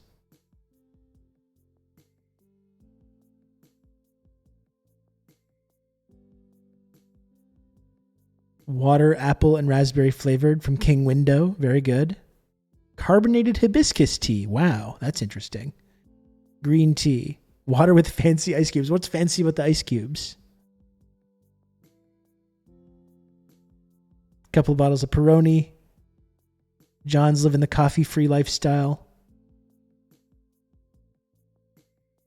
Pecan iced coffee. There we go. Pumpkin spice. I've taken to muddling fruit into my Diet Pepsis. It's delightful, especially with bitters added. That does sound pretty delightful. I like a classic, just a slice of lemon in there. A Diet Coke or a Diet Pepsi. A nice little slice of lemon. Very refreshing. Very refreshing, tasty little treat. Coffee, Diet Coke, and I got a gummy bear Rain in the fridge just waiting for your command. I'll have to have a Rain tomorrow. Still figuring out what to do tomorrow. I never got a chance to talk about Cuba, unfortunately. I wanted to talk about Cuba and all the terrible Cuba takes we've seen and the family law there. Maybe perhaps we can still have time to do that. Tomorrow also is like Orange Shirt Day or Truth and Reconciliation Day in Canada, so I'm going to focus on something for that. I was thinking about reaching out to Pam Palmer and see if she wanted to come on tomorrow. So I don't want to hype that up. I don't know if that's going to happen for sure, but might reach out to Pam or to get someone to talk about Truth and Reconciliation tomorrow. Liberal Twitter is going to be cringe tomorrow. Even more cringe than usual. That is true. Even more cringe than usual. If you can believe that.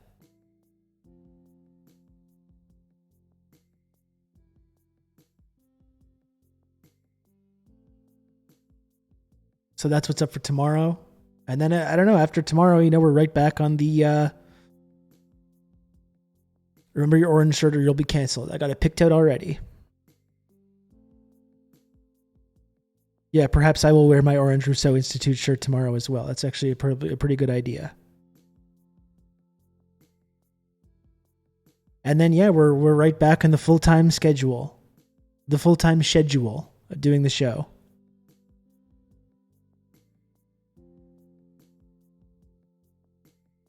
Which is pretty exciting.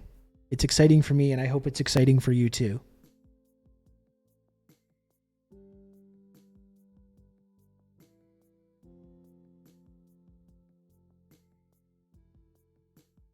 Okay, so let's check around at who we can raid here. What a great episode today. Really highly enjoyed that one. Highly enjoyed it.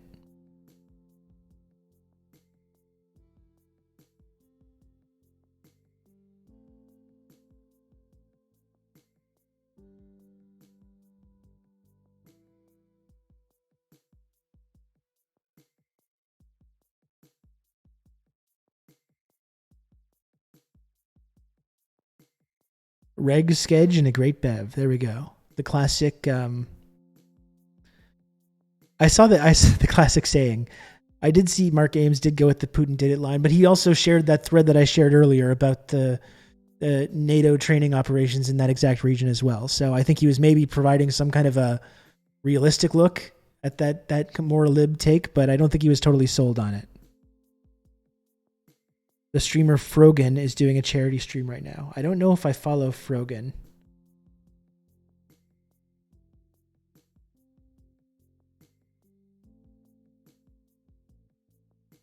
We're fundraising for the American Heart Association. I guess that sounds pretty good. We can do that.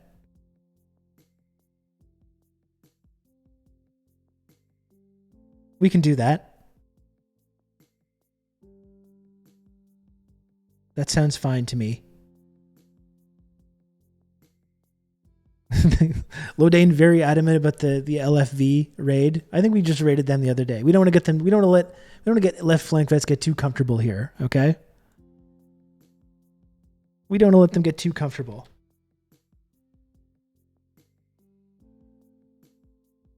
Especially now that the candy liquor emote is gone. Very true.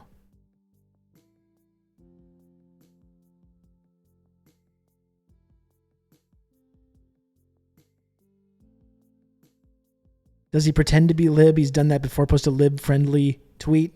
and then reply to himself with a more realistic take. I don't know. I don't want to speak too much about Mark's motivations. He's someone whose content I generally enjoy a lot. So, we don't always have to agree. We don't always have to agree with every single thing that every person says. That's okay. We don't have to. It's not necessary.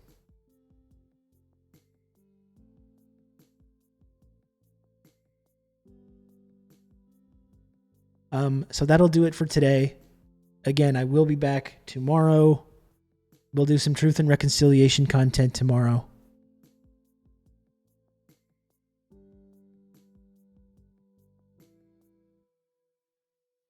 We do always have to agree. I mean, you always have to agree with me.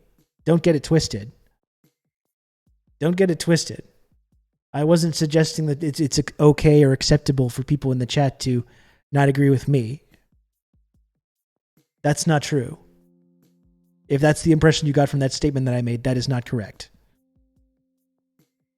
I just question the analysis of anyone who actually thinks Russia did it. I kind of do too. I do too, Matt. But again, he didn't seem totally firm in this idea. I think he was more just like offering up a possible reasonable explanation for that idea.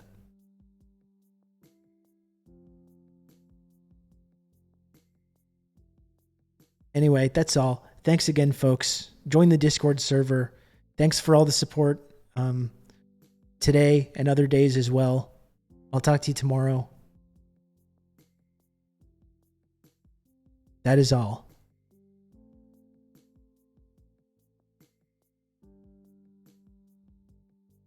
Goodbye.